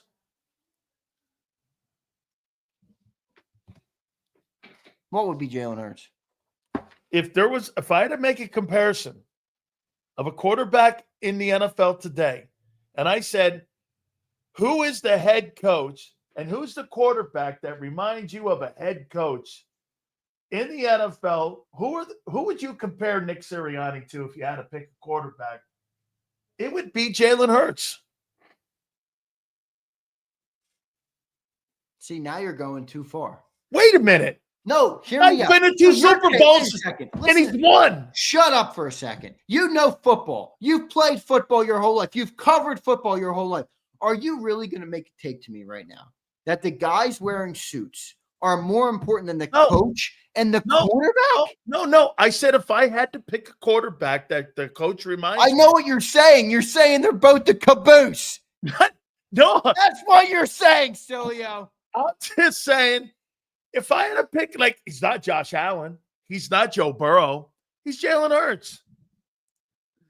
I What's know wrong what with you're that? saying. Jalen You've said wins. about Nick, what you've said about Jalen for 4 years. The guy's a caboose. Well, here, I got a sheet today about looking at the favorites. Find me another franchise in the history of football, however long football is being played, where the coach and the quarterback were the caboose. I mean, come on, Sills. Hold on. Wait, I didn't say it was you're throwing caboose. Coach and quarterback? Wait, if I had to pick a quarterback that Sills, when you see Nick Sirianni, Sills, what quarterback do you see that kind of, if you had to pick, what quarterback in the league that reminds you of the head coach in Philly? It'd be Jalen Hurts. It'd be perfect. Hey, he wins a lot. Why? Why would he be perfect? Because he does exactly what the organization has built. He fits into what they want. He does exactly what they need. All right, go ahead. Say it. Say the word. I'll say it with you. And he, hey, there's Howie Roseman is the engine. Saquon Barkley. Your respect for Howie Roseman and Jeffrey Lurie, man, is like top. Howie Roseman is the engine, and Nick Sirianni is the caboose, and Saquon Barkley's the engine, and Jalen Hurts is the caboose. So the Eagles are the first organization in the history of football to make their coach and their quarterback the caboose, and everything else works perfectly around them, and they got nothing to do with it. Hey, come on, Troy Aikman was the caboose. Come on, man. I can't subscribe. Troy Aikman was the caboose. Oh, who's this coach? Jimmy Johnson. Was he a caboose? No, that guy was the mother. You know what? Yes, he was. And they've not been able to replace it. It's funny. I got a thing from a casino today, and they were talking about NFL Coach of the Year candidates and the favorites to win the NFL Coach of the Year. I looked out at the list. Number 31 is Nick Sirianni at plus 8,000. And I was like, put that context in. Why? Well, because he's got a good team. I get it. Yeah, it's hard to win Coach of the Year when you have. I mean, the only guys who win Coach of the Year. Who won Coach of the Year last year? Was it Camp? What's it? I think it was that bum in Minnesota. Oh, Mike McDaniels. He did. No, not Mike McDaniels. Mike, what was his name? Kevin O'Connell. Kevin O'Connell. That's it. Yeah, Kevin because O'Connell. the guy led Sammy Stinks to 14 wins. That's why I won it. Well, I think that's pretty impressive for a guy who was a garbage can. But that's my point. Is that that's who wins those awards? Guys that have expectations to be shitty and they're not shitty. Brian Dable, right? How many Coach of the Years has Andy won? How many Coach of the Years did Belichick win? I think 2 in 25 years. That's what I mean. That's crazy, dude. So the only guys who I'm win not those sure awards Bill Walsh ever won one. By the way, I now think that Ben Johnson is going to be a certified stiff as a head coach. You know what's funny? Every single team you have now mentioned outside of Philly is going to have a step back, not the Eagles. Shit. Everyone's stepping back, and Ben Johnson sucks. Let me ask you this. Did you hear that knucklehead?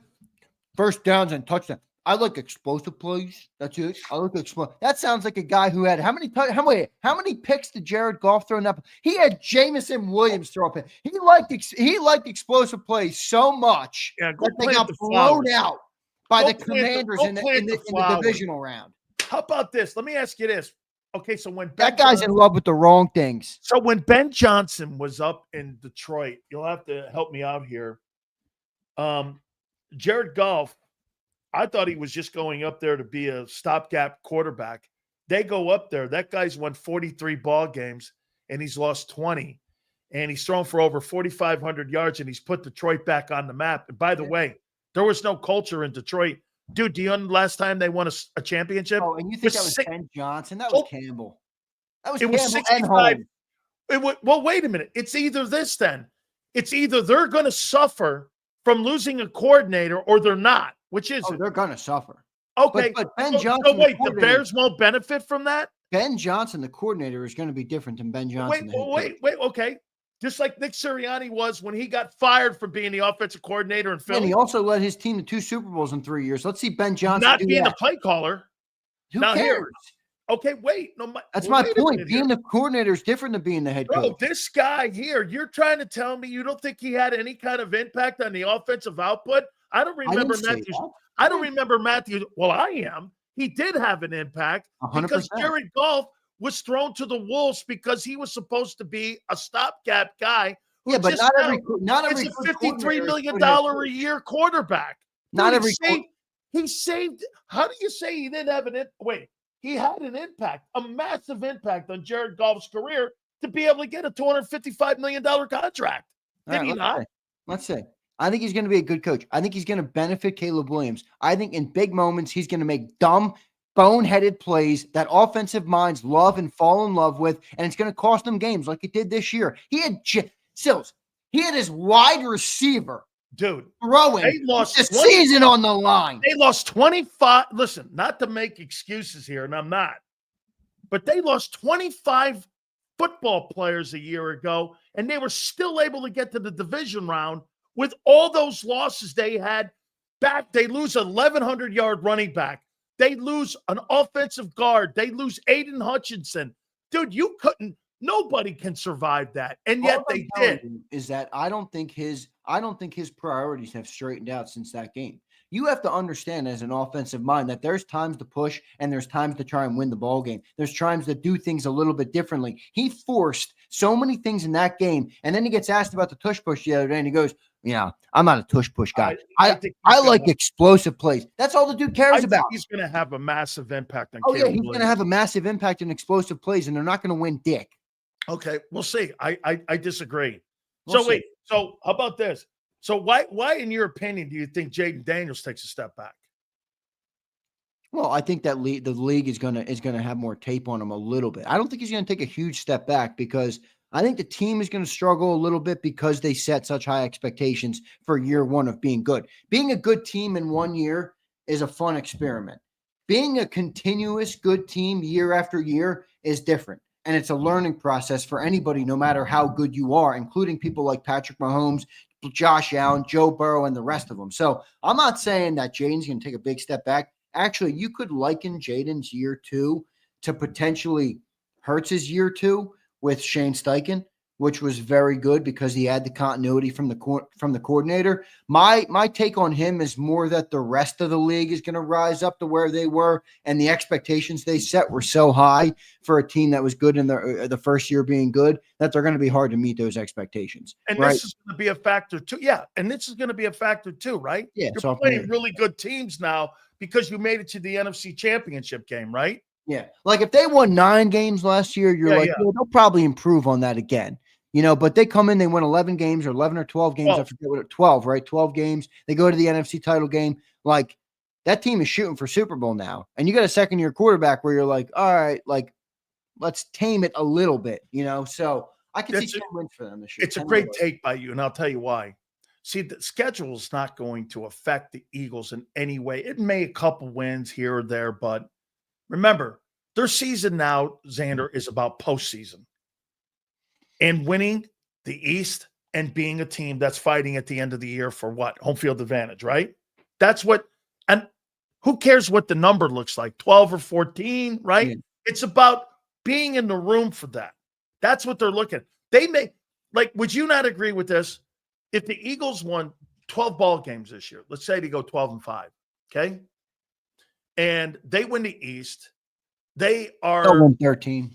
Okay, say they do, though. Wouldn't 12 wins be more impressive this year in the regular season than the 27th ranked schedule of a year ago versus the fifth toughest schedule this year? With the team that you lost players on defense, I would think that would be an incredible run if they were able to do that this year. I agree, but let's see how it ends because the one thing I'll say about the strength of schedule thing is it changes like each week because now our strength of schedule goes off of last year. And like the amount of parity you see in the NFL where teams might not be as good, teams might be better this year. You don't know what some of these teams are going to be. And then after week 8, You're going to start looking at these are the teams who are winning that we have to play on our schedule. When some of those teams might suck, some of them might be great. So the strength of schedule could completely change. But as of right now, it does look like a really tough schedule for sure. Yeah, to your point, how many times do you? It's got a college feel to it, doesn't it, a little bit? Because how many times you see the top 25 in preseason, then you look at the final 25 at the end of the year, and you go like this. Jesus, man, the only thing that's the same is the top 5. Exactly right. So that's where I'm wondering on that. But I agree with you. Like, and we talked about this a little bit ago. I do think that as a fan base and probably as a team as well, and I think they're already in this mindset, but we're not really in it for the 14 win. Like we are, that's great and all, but we want to get to the dance again. Just get to the playoffs and be healthy. It's the Final Four. Big time. Right. It's shaking. That's the NFC title game. Exactly. You're shaking big time for the Eagles once you get in those moments because, look, Super Bowl champs now, baby. We're no longer climbing hills. All right. We have think about No, you're looking down. You're looking down. The Chiefs a year ago, everybody was clowning on them in the middle of the year. And then what they do? They got to the playoffs. They laughed their way to a Super Bowl ring. All right. And they don't care at the end of it. Nobody talks about how crappy they were in the season. They won the damn Super Bowl. That's a team that has their sights on the Super Bowl, not on, hey, we need to win 14 games this year. That's Cowboys thinking. It really is. Let's win 14 ball games, and then you shit the bed when the playoffs show up. Get to the playoffs and then play great. Finally, here's Xander. So I was asked to give my preseason MVP prediction. I was right last year as usual. No, you weren't. With Josh Allen. Oh, yeah, it was. Tough year last year. Dude, I picked Josh Allen to win the National Football League's most valuable player. Let me guess. You're picking Jaden Daniels this year. I just called it out. I know it. Here's my 5. I just called you. You're predictable, Sileo. Here's my 5. Number 5. I have from DC. I have Jaden Daniels. Washington Commander. That's I can live with him at 5. I feel better. Number 4. Sorry. I have Patrick Mahomes. I think that dude's always got to be in the conversation for MVP at number 4. Number 3, Joe Burrow, Cincinnati Bengals. Number 2, this pains me, but I have to do it. Josh Allen. You're going to put Lamar 1. Yeah. This guy's the king of MVP awards.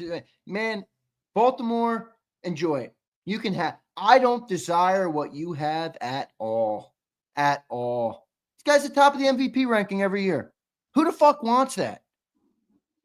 Outside of Lamar Jackson, his mother, and his family, who the hell wants that? Bro, I would take the most valuable player award is a tough award to win. That means you've got to be leading us to Super Bowl. Hold on. That means you've got to be good for 6 months. And if your defense or you or a guy drops a pass, bro, it's the ultimate team sport. John McMullen on me. The guy had 3 turnovers in the postseason. Get out of here with that. I want the guy who wins in January. I didn't say. It's a little different. The same two. Josh Allen and Lamar Jackson. Are you trying to tell me that you think 3 MVPs? Are you trying to tell me you think 3 MVPs is dog shit? No, I'm trying to tell you that I'd rather have a Super Bowl win. Okay. Like I said, it's tougher to win the MVP award than it is to win a 60-minute football game, Super Bowl MVP. 20 guys have won that award, have no way of getting to Canton. None. Okay. And you let almost me know. Every guy who has won when that gives you a parade almost down Broad Street. Every guy who has won the MVP award has gone on to go to Canton. You want to know who my sleeper for MVP is this year? Please. Saquon Barkley. Because it's not a running back award, and we all know this. But because of what he did last year, I think people will factor that in. You get my vote. If he gets near 1,800 yards. If he goes 2K again, people are going to be like, dude. Bro, if he gets 1,800, he'll get it. I know, that's what I'm saying. I think last year, I know it's not on last year, but I think that would sway people enough to be like, will vote for a running back. If the Eagles are 14-3 again and Saquon's got 2K yards, I think people are going to be like, that guy's the MVP of the league. No, let me ask you one. Let me sneak this last one in because Philly said this, and I'll ask you. Lamar, the king of MVP awards. I don't think that's a bad thing, dog. That's how you get to Canton. I know. You think the Eagles are going to give him 800 carries in 2 years? Yeah, I do. I really do. I do. And I think he can get there. I think he can handle it, man. I think he had some listen, I know he was injured a lot in New York, but he didn't have this line. No, he didn't have this line. He didn't have this football team. He didn't have the quarterback on the outside. I mean, he didn't have the quarterback who's good in the running game. I think Saquon Barkley could not even be in his prime yet. Think about that. I'll tell you this: if that guy gets north of 17, or in his prime right now with another year, they win 14 games and they win the East. They're in the regular season, and that guy ends up going for north to 1,700 yards, and he has 3,700 yards, $4,000 almost in 2 seasons. Dude, you're right. You're going to get a lot of sentiment going like this. That's Canton too. That you're now starting to talk about, and then on top of it, like you said. In 2 years in Philly, he wins an MVP award and he wins a Super Bowl ring. He did win Offensive Player of the Year last year, right? Yes. And now you're talking about Canton, because it's one thing to leave the Giants and have one good year. If you leave the Giants and you have multiple, the more good years he has post New York, the more it delegitimizes and lessens the impact of the Giants' career, right? Because it shows you, he was stuck with New York for a long time, but look at what he did when he escaped, So I think Saquon's headed to Canton if he does that. And sleeper for MVP for me, man. That'd be awesome to see. Yeah, who would be your top 3? I'll put Barkley probably at 3, and I probably go with the same 2 dudes you do, because that's the way those teams are built, right? I mean, that team's calling on Lamar to be that every week. And Josh Allen, if that dude's not an MVP candidate, the Bills are going to win 8 games. It's funny you say that. It's not a rip on Jalen at all, because Jalen is in a great situation where it's not. But I don't think his career. Listen, I don't think his situation is set up like you just said. Josh Allen, Lamar Jackson, Joe Burrow. They have to play great. Joe's a good sleeper for MVP, because that team is literally, and he's going to get the 5,000 passing yards, or 4,500, whatever you want to call it, 4,800. He's going to get up there. So if that team can field a half decent defense, I could see that. Could you ever see a sleeper in Dak being in the MVP conversation? I could see that. Dak gets a lot of stats, man. That's a stat award too, But my favorite quarterback in the league is Josh Allen. I think he is. If he's the one guy that I do believe, if he had the right team around him, he would win. You think if he had Howie with him, say Howie was in Buffalo, not put Josh in Philly, but he had Howie. Yeah, a better team builder. Yeah, a better team builder. Yes. Do you think it'd be a different environment up there? I do. I think Josh's playoff lapses are much more easily explained than Lamar's. Lamar's are, dude, you got Derrick Henry. You got dudes everywhere, dude. Tanner, I'm sorry. The Ravens are a great organization, too. Didn't you and I say this after the Eagle-Ravens game? Didn't we do this? Look, what was he thinking, not taking off running when you had wide open space in that Eagle game? And how many times did you see him do this? He would throw like grounders, or they would be like errant passes, or all of a sudden, Xander, I came out of that game doing, man, that guy must have had 15 missed opportunities to do something more. I'm not saying they would have beat him, but they would have done something more, right? Yeah. That would have made, like the Kansas City opener you had a year ago. You were like, bro, you didn't really lose that game by a foot in the back of the end zone. You lost that by some decisions that you made in the game that you were playing with Mahomes. Mahomes was just waiting for Mahomes is like a mousetrap. Sean McDermott's also a dumb. I completely get agree. That guy. What are they doing? I know. I mean, you got Josh Allen in his prime, and you got Sean McDermott still. Why not get an offensive? Why not get an offensive-minded guy to go with him? I agree. I Let's do these supers, Xander. I like Josh Allen, though, was my point. I think Josh Allen is a very good player. But look, in the NFL, to win it all, you do have to have more things than just a good quarterback. That's the reality. That's why I try not to knock Jalen ever for having a good team. It's like all these other. It's not teams. a knock. No, it's not. But like Lamar, unbelievable player, arguably a top 5 talented quarterback in the history of the game. Right. That's how talented Lamar is. Correct. Why isn't he winning? Right. Bad decisions and moments. He bites the bit. Again, I knock Lamar in playoffs more than I knock Allen. Like, I think Allen does things year in and year out that put his team in the best position. Do you remember that game that he had 4 touchdown passes to Gabe Davis that game. They took the lead with 13 seconds. Sills, they got the ball back with 48 seconds, I think, in that game. They were in the end zone by the time 13 seconds. Yes. And then Sean McDermott can't manage 13 fucking seconds. Hey, that game resonates with you, doesn't it? Because I hear you reference that game a lot. Well, because that's what you want your quarterback to be, Sills. Yep. When I think of what do I want from Jalen, do I want him to throw 4K like Sileo? Do I want him to have 40? No. When we need you, when the lights are bright, when it's crunch time to go win a game in the postseason, that's when I want you to be good. And I think Josh Allen, for the most part, is pretty good in those moments. His team is just lets him down. Yeah, he's not a caboose. That's why. No, all right. He's not a caboose. But Jalen's not either, because Jalen rises up in those moments too. And that's the whole point of my take on Jalen Hurts. It's not that he's got the best arm or that he throws for $4,000. It's that when we need the guy to be great. Jalen, we have an opportunity to go to the Super Bowl. We need you to be great. He is one of his best games. Jalen, the Super Bowl is here. We got one chance to win and parade down Broad Street. His 2 best games in his career. Like, dude, I'm buying that stock. I'm buying that guy. That's what I want. Not I threw for 4,500 and all these yards, but like the lights got bright and I shrunk. I was a shrinking violet. I don't like that. I'm out on that. Let's read these supers, my friend. Kokorski. This guy's like Cataldi with Nick Sirianni. Come on, Kokorski. He says 2025 NFL MVP is TJ Watt. Yeah, well, that's not going anywhere for Pittsburgh if he wins that award because, again, who's quarterbacking? Let me guess, Mason Rudolph. Come on, guy.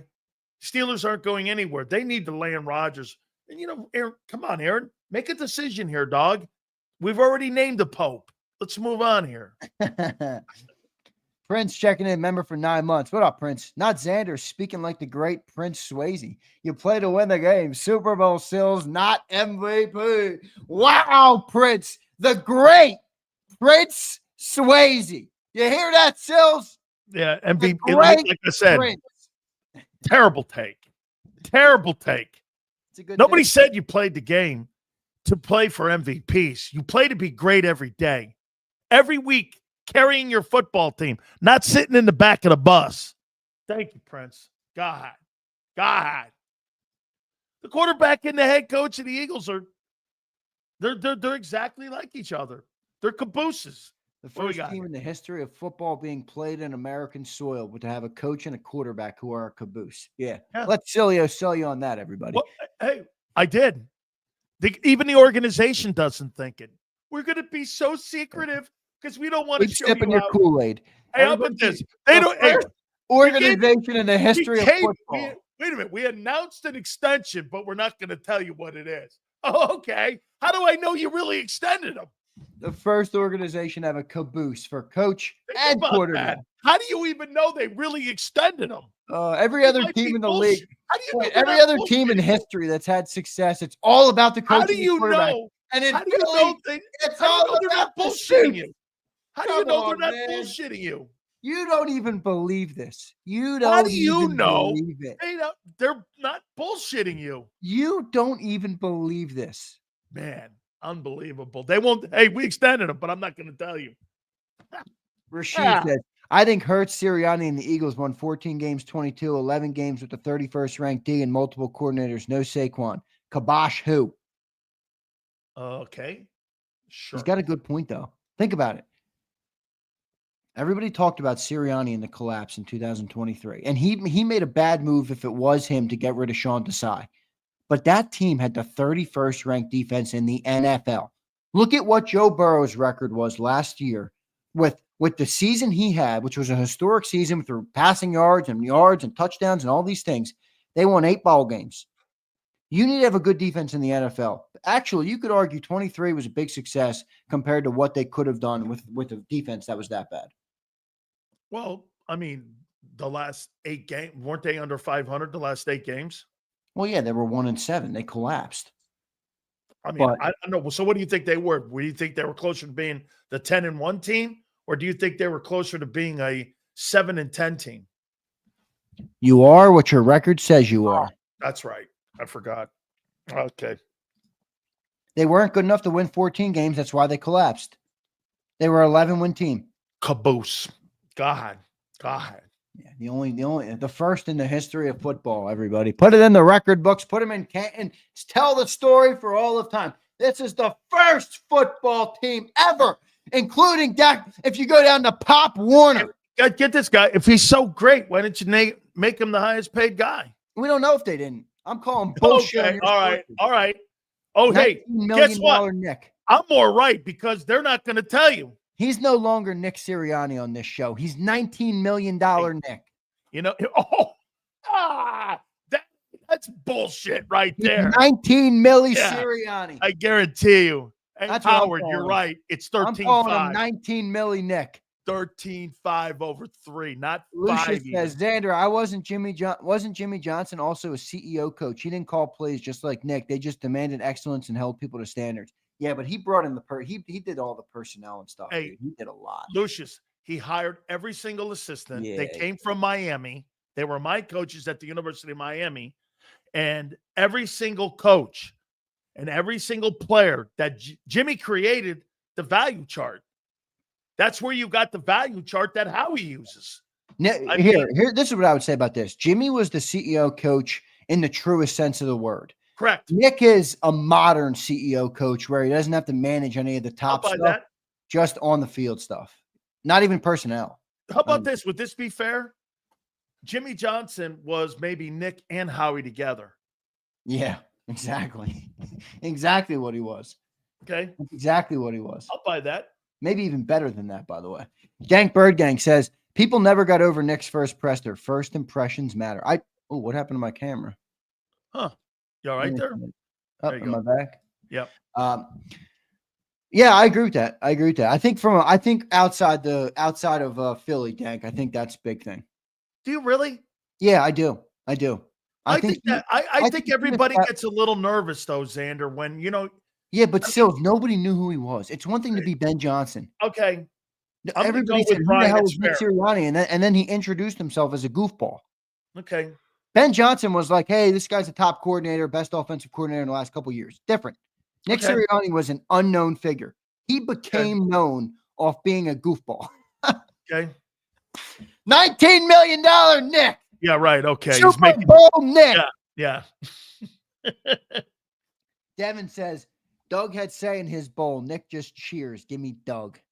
Hey, Devin is out. Devin, how you doing with an alphabet cereal? There you go. It was that a beer he's holding in his picture. Devin, you can't spell caboose without spelling Nicky. How you doing?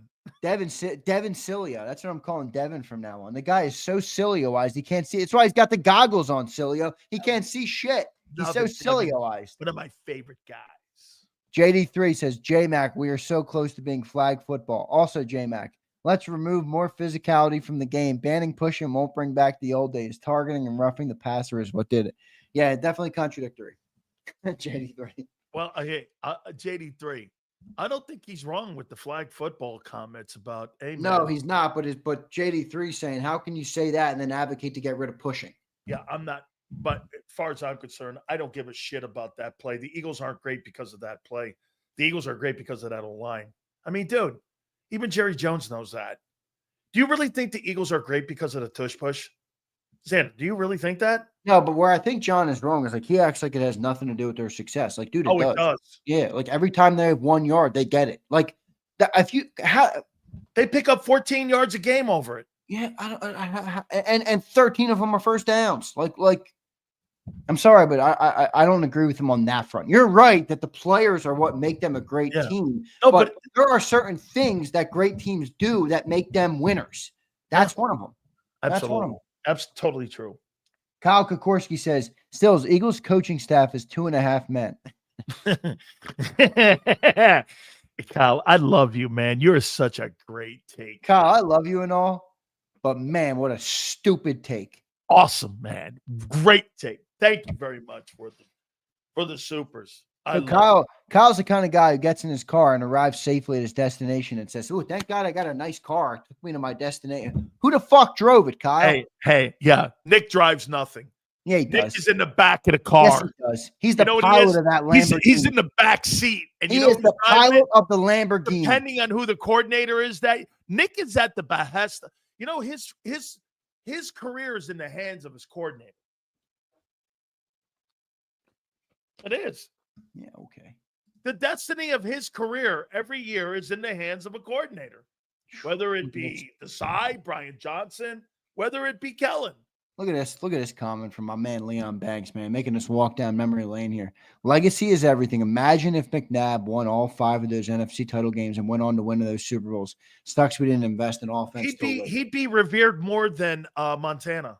Dude, he would be. Now, granted, you have to just because if you won the NFC title games, you'd have to still win the Super Bowl, which, let's be real, he puked in the only one he got to, so I'm not sure he'd win those. But if he won half of those. Oh my gosh. If he won half of those, he'd probably be talked about as one of the greatest quarterbacks of all time. Ever. Yeah. First ballot. Remember, he was transcendent at the time, too, because it was lesser dual threats at the time. He was a different type of dual threat, but, you know, he had the cannon of an arm. Xander, when I saw him at Cuse destroy the University of Miami, he put 65 Dude, points. He was insane at Syracuse. He just dismantled the Hurricane team, man. I mean, there were 65 points put on him, and he was unbelievable. You know, when he ran more early on, when he was an Eagle quarterback, I thought he was at the very best of what he was, bro. He was a great player, man. Hey, Leon, thank you so much. Xander, keep kicking ass on that show, man. Wait, I might have one more. Oh, no, I get you. Dude, by the way, we got just confirmed here. Phil Simms is going to be tomorrow with us finally after. Oh, hell yeah. We're going to get Simms here on the program too tomorrow. So we're looking. He'll probably tell you the same thing Boomer Esiason did, that Jalen Hurts is an elite player and quarterback. Nick Sirianni's done a great job with the football team. Howie Roseman's the best GM in football. All those things that all of your great Hall of Fame friends have told you. Yes, that's why Big Sills has an opinion, and that's why I gotta make something. Maybe I'll print it and sell it on the JAKIB shop, like the Guinness Book of like Sileo records, and all it is stats. Stats. Oh, this guy had 4,000 yards 8 times, dude. Once again, folks, see, I look at it through a player's paycheck. He looks at it through a fan, and he looks at it sitting in the stands going, "Go, guys, go." I look at it as a player going. I see how other players see other players. Other players like. Eyeball test. Is that guy better than that guy? Not in a team environment. Is that guy right there the best player at his position? Yeah, but that's what fans want. Fans want team wins. Yeah, I'm telling you, when I look at a player, I go, is that dude better than that guy? So you like you're a beauty pageant guy. No, admit it. A beauty contest. I look at who's the best guy. No. Is AJ Brown better? You're a beauty pageant guy. How's that being a beauty pageant guy when one guy's better than the next guy? That's not a beauty pageant. That's eyeball test. Either the guy's better or he's not. What's the eyeball test, bro? Wait. You remind give me how Galen beauty more pageants credit work. for being in a team environment. I look Remind at me how beauty and I pageants go like work. this: is AJ Brown one of the top 3 players at his profession? Yes. Okay. When I look at Jalen Hurts and I see Jalen Hurts, I don't see one of the top talents in the sport. By the way, AJ Brown's the best wide receiver in the National Football League. Nobody is going to tell me the otherwise. Can you imagine? If he had a passing offense? And I'd rather our offense be what it is because that's the winning offense. But can you imagine what he would have with Joe Burrow? He had 1,500 back-to-back years with Jalen. And I love Jalen. But Jalen's strong suit is then not. Why does he complain about the offense every year? Well, because he'd prefer more of a passing. He's a wide receiver.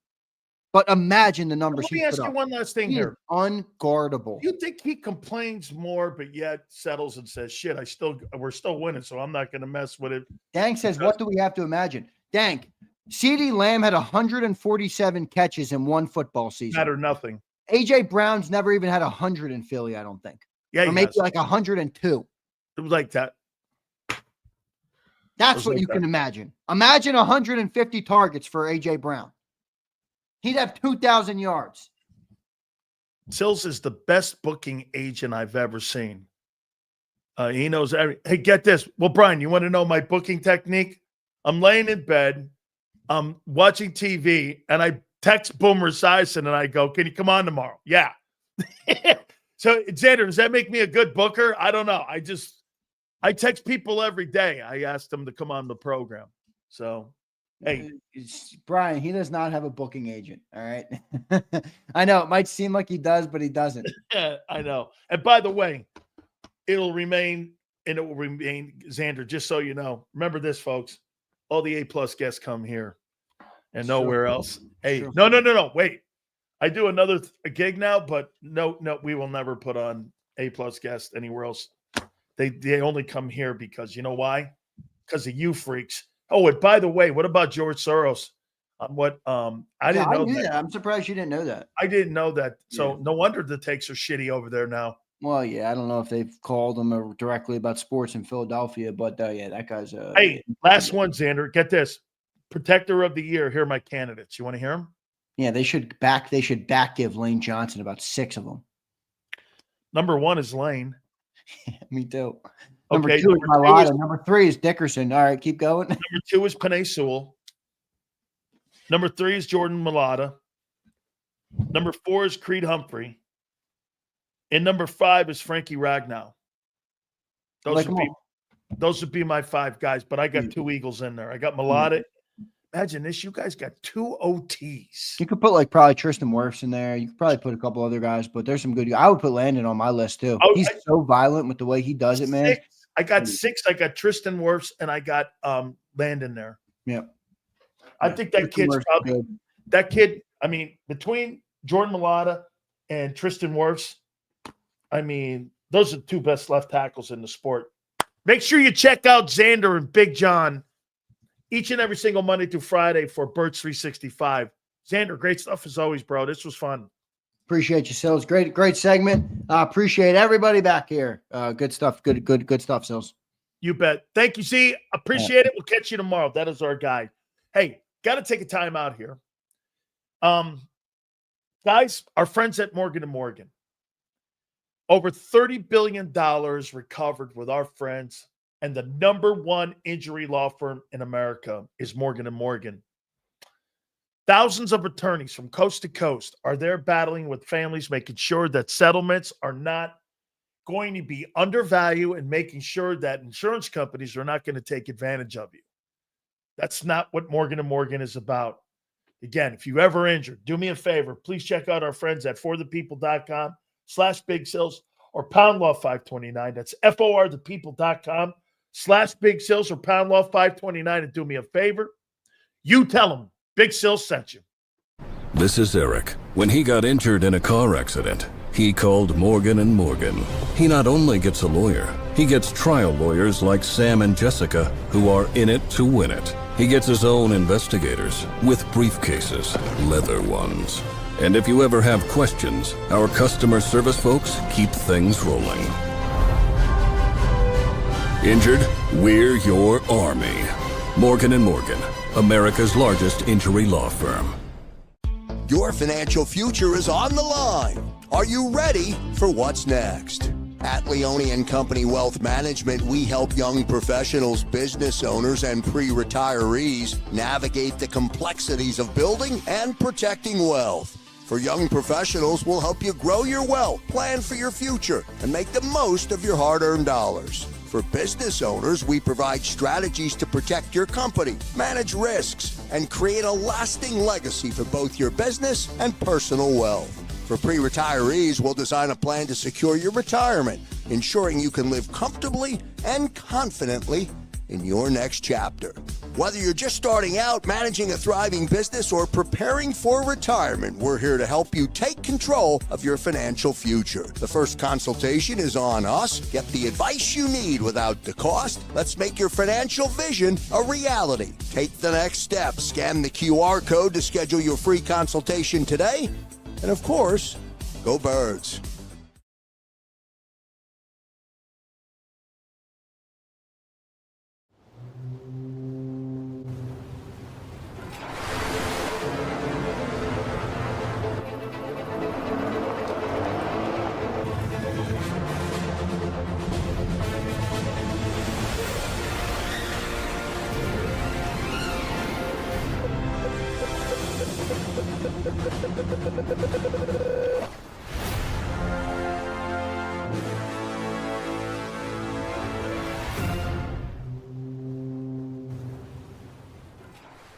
They're carving them up and good play calling along the way. First and goal at the 6.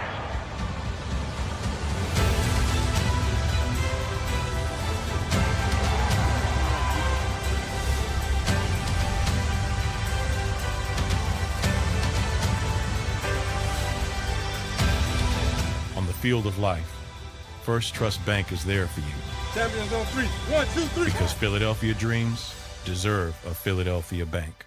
In our hometown, we all look out for each other. We step up to keep our communities going strong. And at Independence Blue Cross, we're here to keep you going strong as the #1 health insurer in the region. No IBX is always looking out for you. EAGLES. Eagles.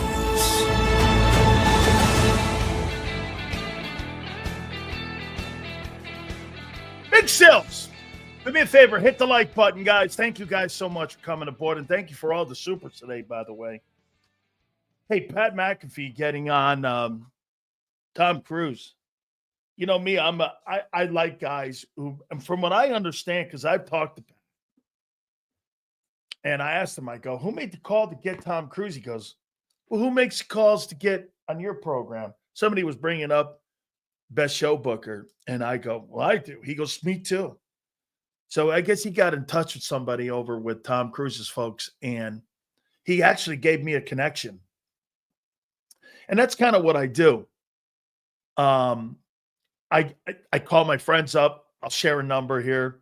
He goes like this to me. He's like, Sills, all right, I'll give you the connection to Tom Cruise. Will you give me the connection to The Rock? I said, you go first. You know what he said? No, you go first. I go, all right. So I sent him The Rock's number. He sent me over Cruise's cell phone number. And so I haven't had the, I have to figure out how I'm going to go about, reaching out to him, because he's not going to know me from a can of paint. I don't know. Maybe he will. Rock did. Well, that's because of the hurricane stuff. So I got to figure out an approach. Like maybe go to the movie, because I guess it premieres tonight. Go to the movie and then tell them what I thought of it. So I'm not sure yet how I'm going to go and how I'm going to approach Tom Cruise. So I had to give up one of my sacred cell phone numbers, but it was for Tom Cruise. I think that's a fair trade, no? The Rock for Tom Cruise. Both guys, super megastars, right? I just got to figure out my approach on how to get Tom on and how I'm going to do this. Because that'll be epic if I can get him. Oh my God. Tell him you want to roll in the next Top Gun movie. Sorry, dude, I can't fit in a cockpit. That's what my wife would tell you. Yeah.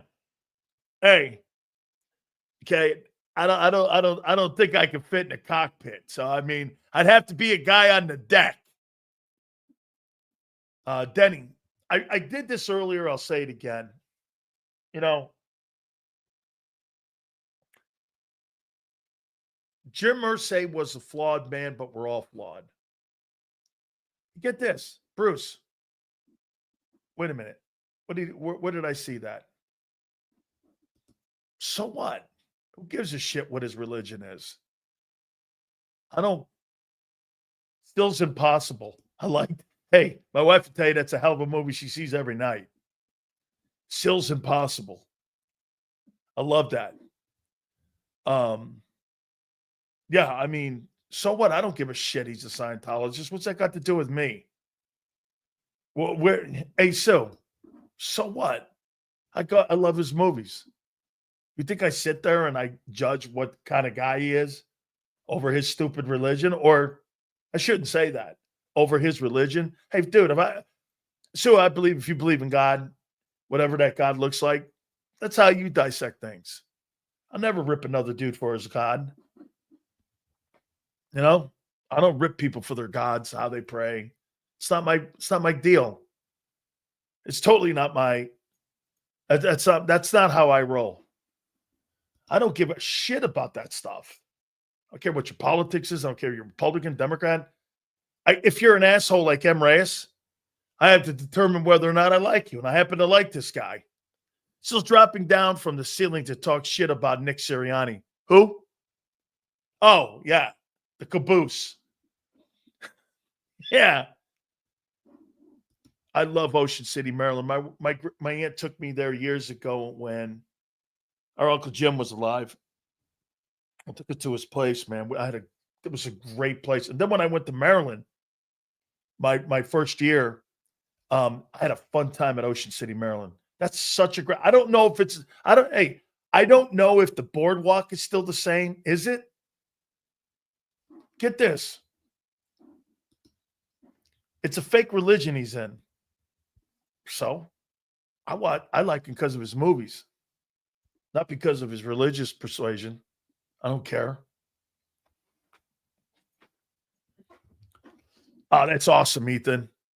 Dude, OC's great, man. I love that place. My wife's been there numerous times. Hey, Reyes, the seafood there, the blue shell crab, that's one thing that I totally miss. Okay? Man, the seafood in Chesapeake Bay, Wildwood, Ocean City, Maryland, the Connecticut shore, the blue shell crabs, the scungio, the lobsters. Oh, dude, you can't get that anywhere in the country. Crab cakes. Damn. The Italian food. I got to tell you, when you're out west and you're going around like California or you're in Arizona, and you got to say this, I got to find a good pizza place. And we got to look for, dude, you go to where I'm from in Connecticut. Connecticut's like the state capital for pizza. I don't know why. Like New Haven, there's not a bad pizza place in New Haven. And where I was raised in Stanford, we had a place called Colony. Man, it was down in the Cove. I've told you this guys before. Man, I mean, even what's his name? Dave Portnoy. He'll tell you, Colony's got the best pizza that he's ever eaten. The undercarriage is great. My Uncle Richard used to buy, my grandpa used to love it. And I was raised by my grandpa, as you guys know. Some of you don't, but I was raised by my grandpa. And my Uncle Richard would buy like 5 or 6 boxes of these pizzas. And we'd eat them all. Okay? Says, I believe you. Dave says CT's number 1 in the country. Denny, I don't know what it is, but that pizza, man, in Connecticut, and like especially the New Haven area, it's off the charts. I mean, it's better than New York pizza. Like you go to like outside of Madison Square Garden. I don't know if they still have this guy, but they got a bunch of pizza places outside of MSG. And they sell you those single slices. Now, I don't know. I've been to where the Link is, and I've been to where Old Wells Fargo, what you guys used to call. I don't remember any great pizza places down there because that's like a giant lot, right? I've been to that lot like I don't know, 6 times, 7 times. You know, where the Sixers play and where the Flyers play and where the Eagles obviously play. I don't really know if there's any really great pizza places down there. I don't remember. You know, I think it was the Sheraton downtown or the convention. Downtown Philly, do me a favor.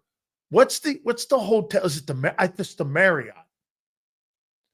I stayed at the Marriott, and it had that walkway where you go over to the Philly Convention Center, the Philadelphia Convention Center. You walk down there to get that big open space in there, and you got the upper deck. I used to broadcast up there for Army Navy. And there's pizza places down there around the Marriott. It's just absolutely great pizza places. I went down there. I remember going to a couple pizza joints right around the Marriott down there. There are no Italian restaurants where I live. Oh, God, that's terrible. I mean, man. My great aunt lived in New Haven, Connecticut, has passed today. God have mercy. Loved my great aunt. I feel you, bro. Condolences to you, man. Yeah. Hey, think about the good times. A couple of years from now, the only thing that won't be still in your heart if you had a great relationship, just be the tears. My grandpa passed away 98. My grandma passed away in 01. A gigantic hole in my heart. To this day. A massive hole. I mean, people who I am. My grandpa was a no shit guy.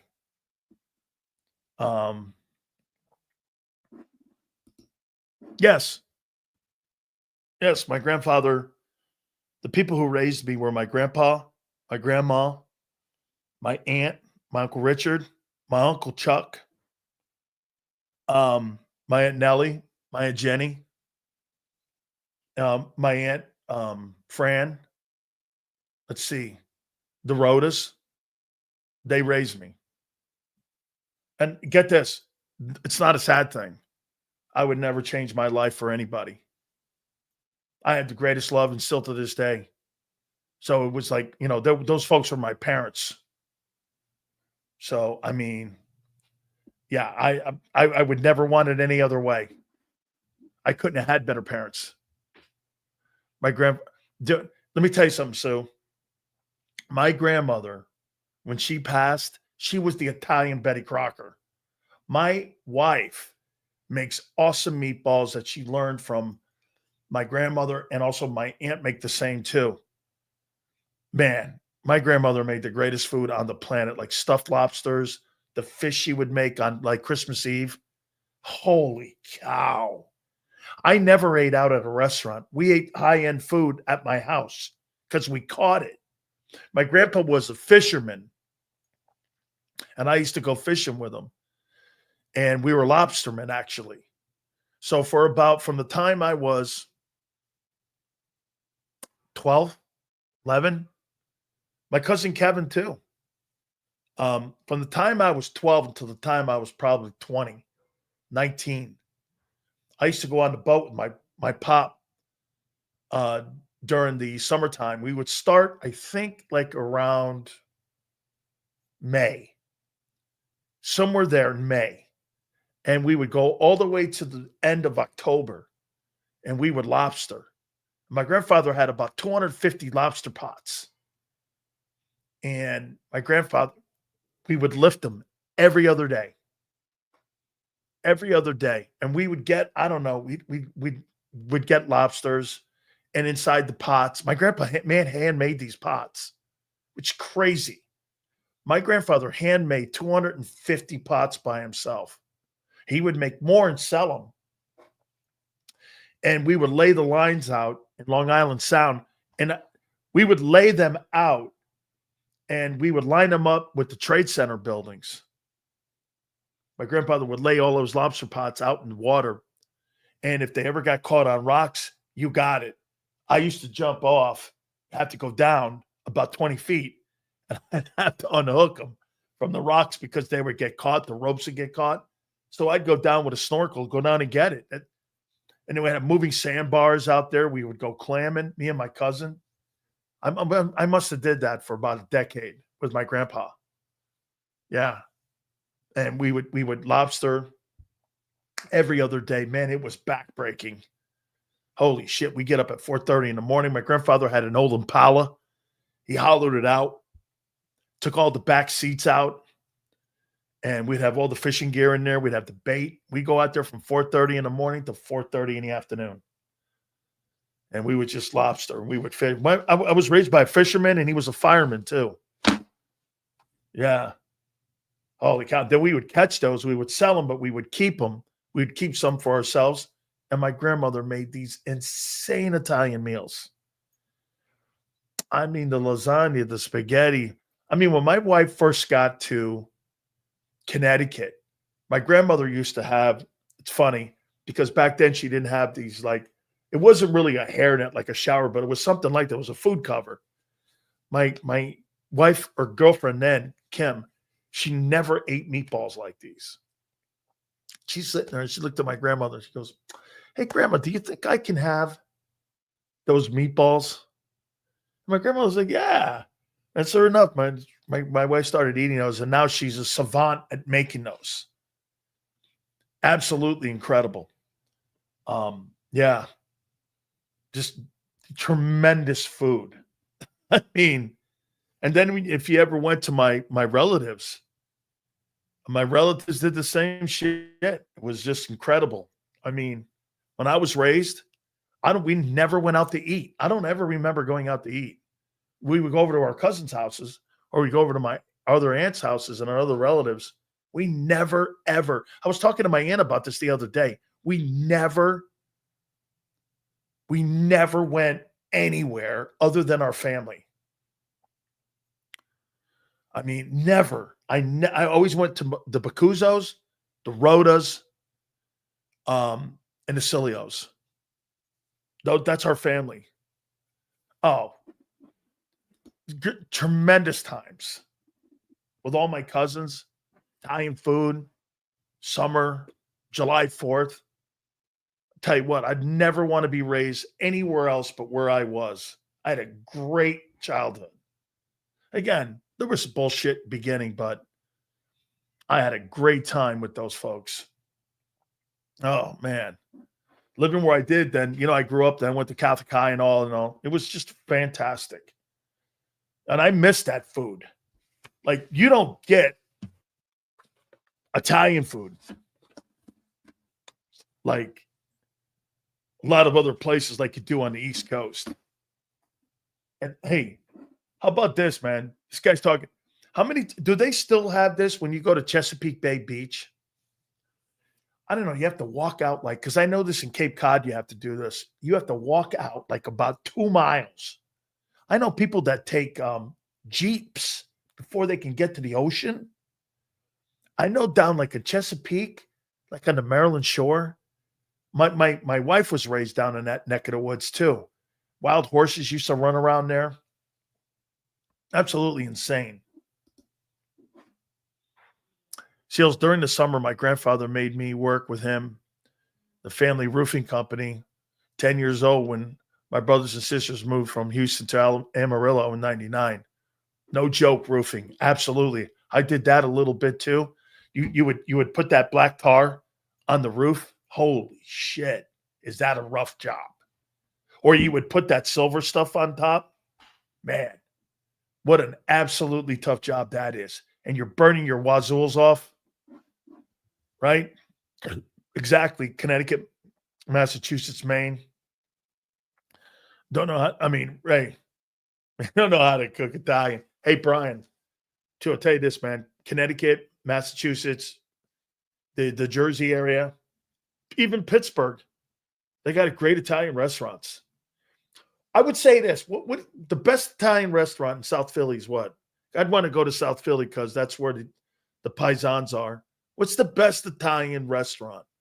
Because I'm working on this thing with Morgan & Morgan on trying to do an event. at the opener September 4th. I can't say too much about it because I'm working with the guys. They got a corporate suite at Lincoln Financial. Okay? So I'm working on something here. I'm working on something big. Okay? So hang in there. I think we're going to have some fun this year. 102. Hey, that's great, man. Italian people live a long time too. Yeah, absolutely. Oh, great food, great memories. Oh, the oysters. I'm an oyster massive guy. I love oysters. My wife and I love oysters. Steamed clams. That's what we would do too. We would do the steamed clams. Oh, that was great. By the way, tomorrow we're going to have, as I said, Phil Simms is going to join us. I know that he's been really swamped and he's been trying to find time. He did something last week and he had to do something family-wise. So he promised me that he's going to step in with us tomorrow. So we're going to do that and we're going to have Phil Simms. Phil Simms is a huge Jalen Hurts guy. I want to get his take on what he thinks of seeing a Barkley now. Boomer was very direct when it came to how the fans right now have changed their tune a little bit when it came to Saquon Barkley, how they see him now. They were not very happy when he initially left, but I think a lot of New York Giant fans are really happy for Saquon because now you see that the Giant organization, okay, let him down. Saltier the better, Sills. Yeah. Are you talking about me or my takes? All right. Hey, I appreciate you guys very much, and I thank you for all the supers today. Please hit the like button. Boomer Esiason, as we said, not Boomer, excuse me, Phil Simms tomorrow. We will have him on a Football Friday, 2 to 6. Big Z. Joe, thank you very much. We'll see you on the flip side.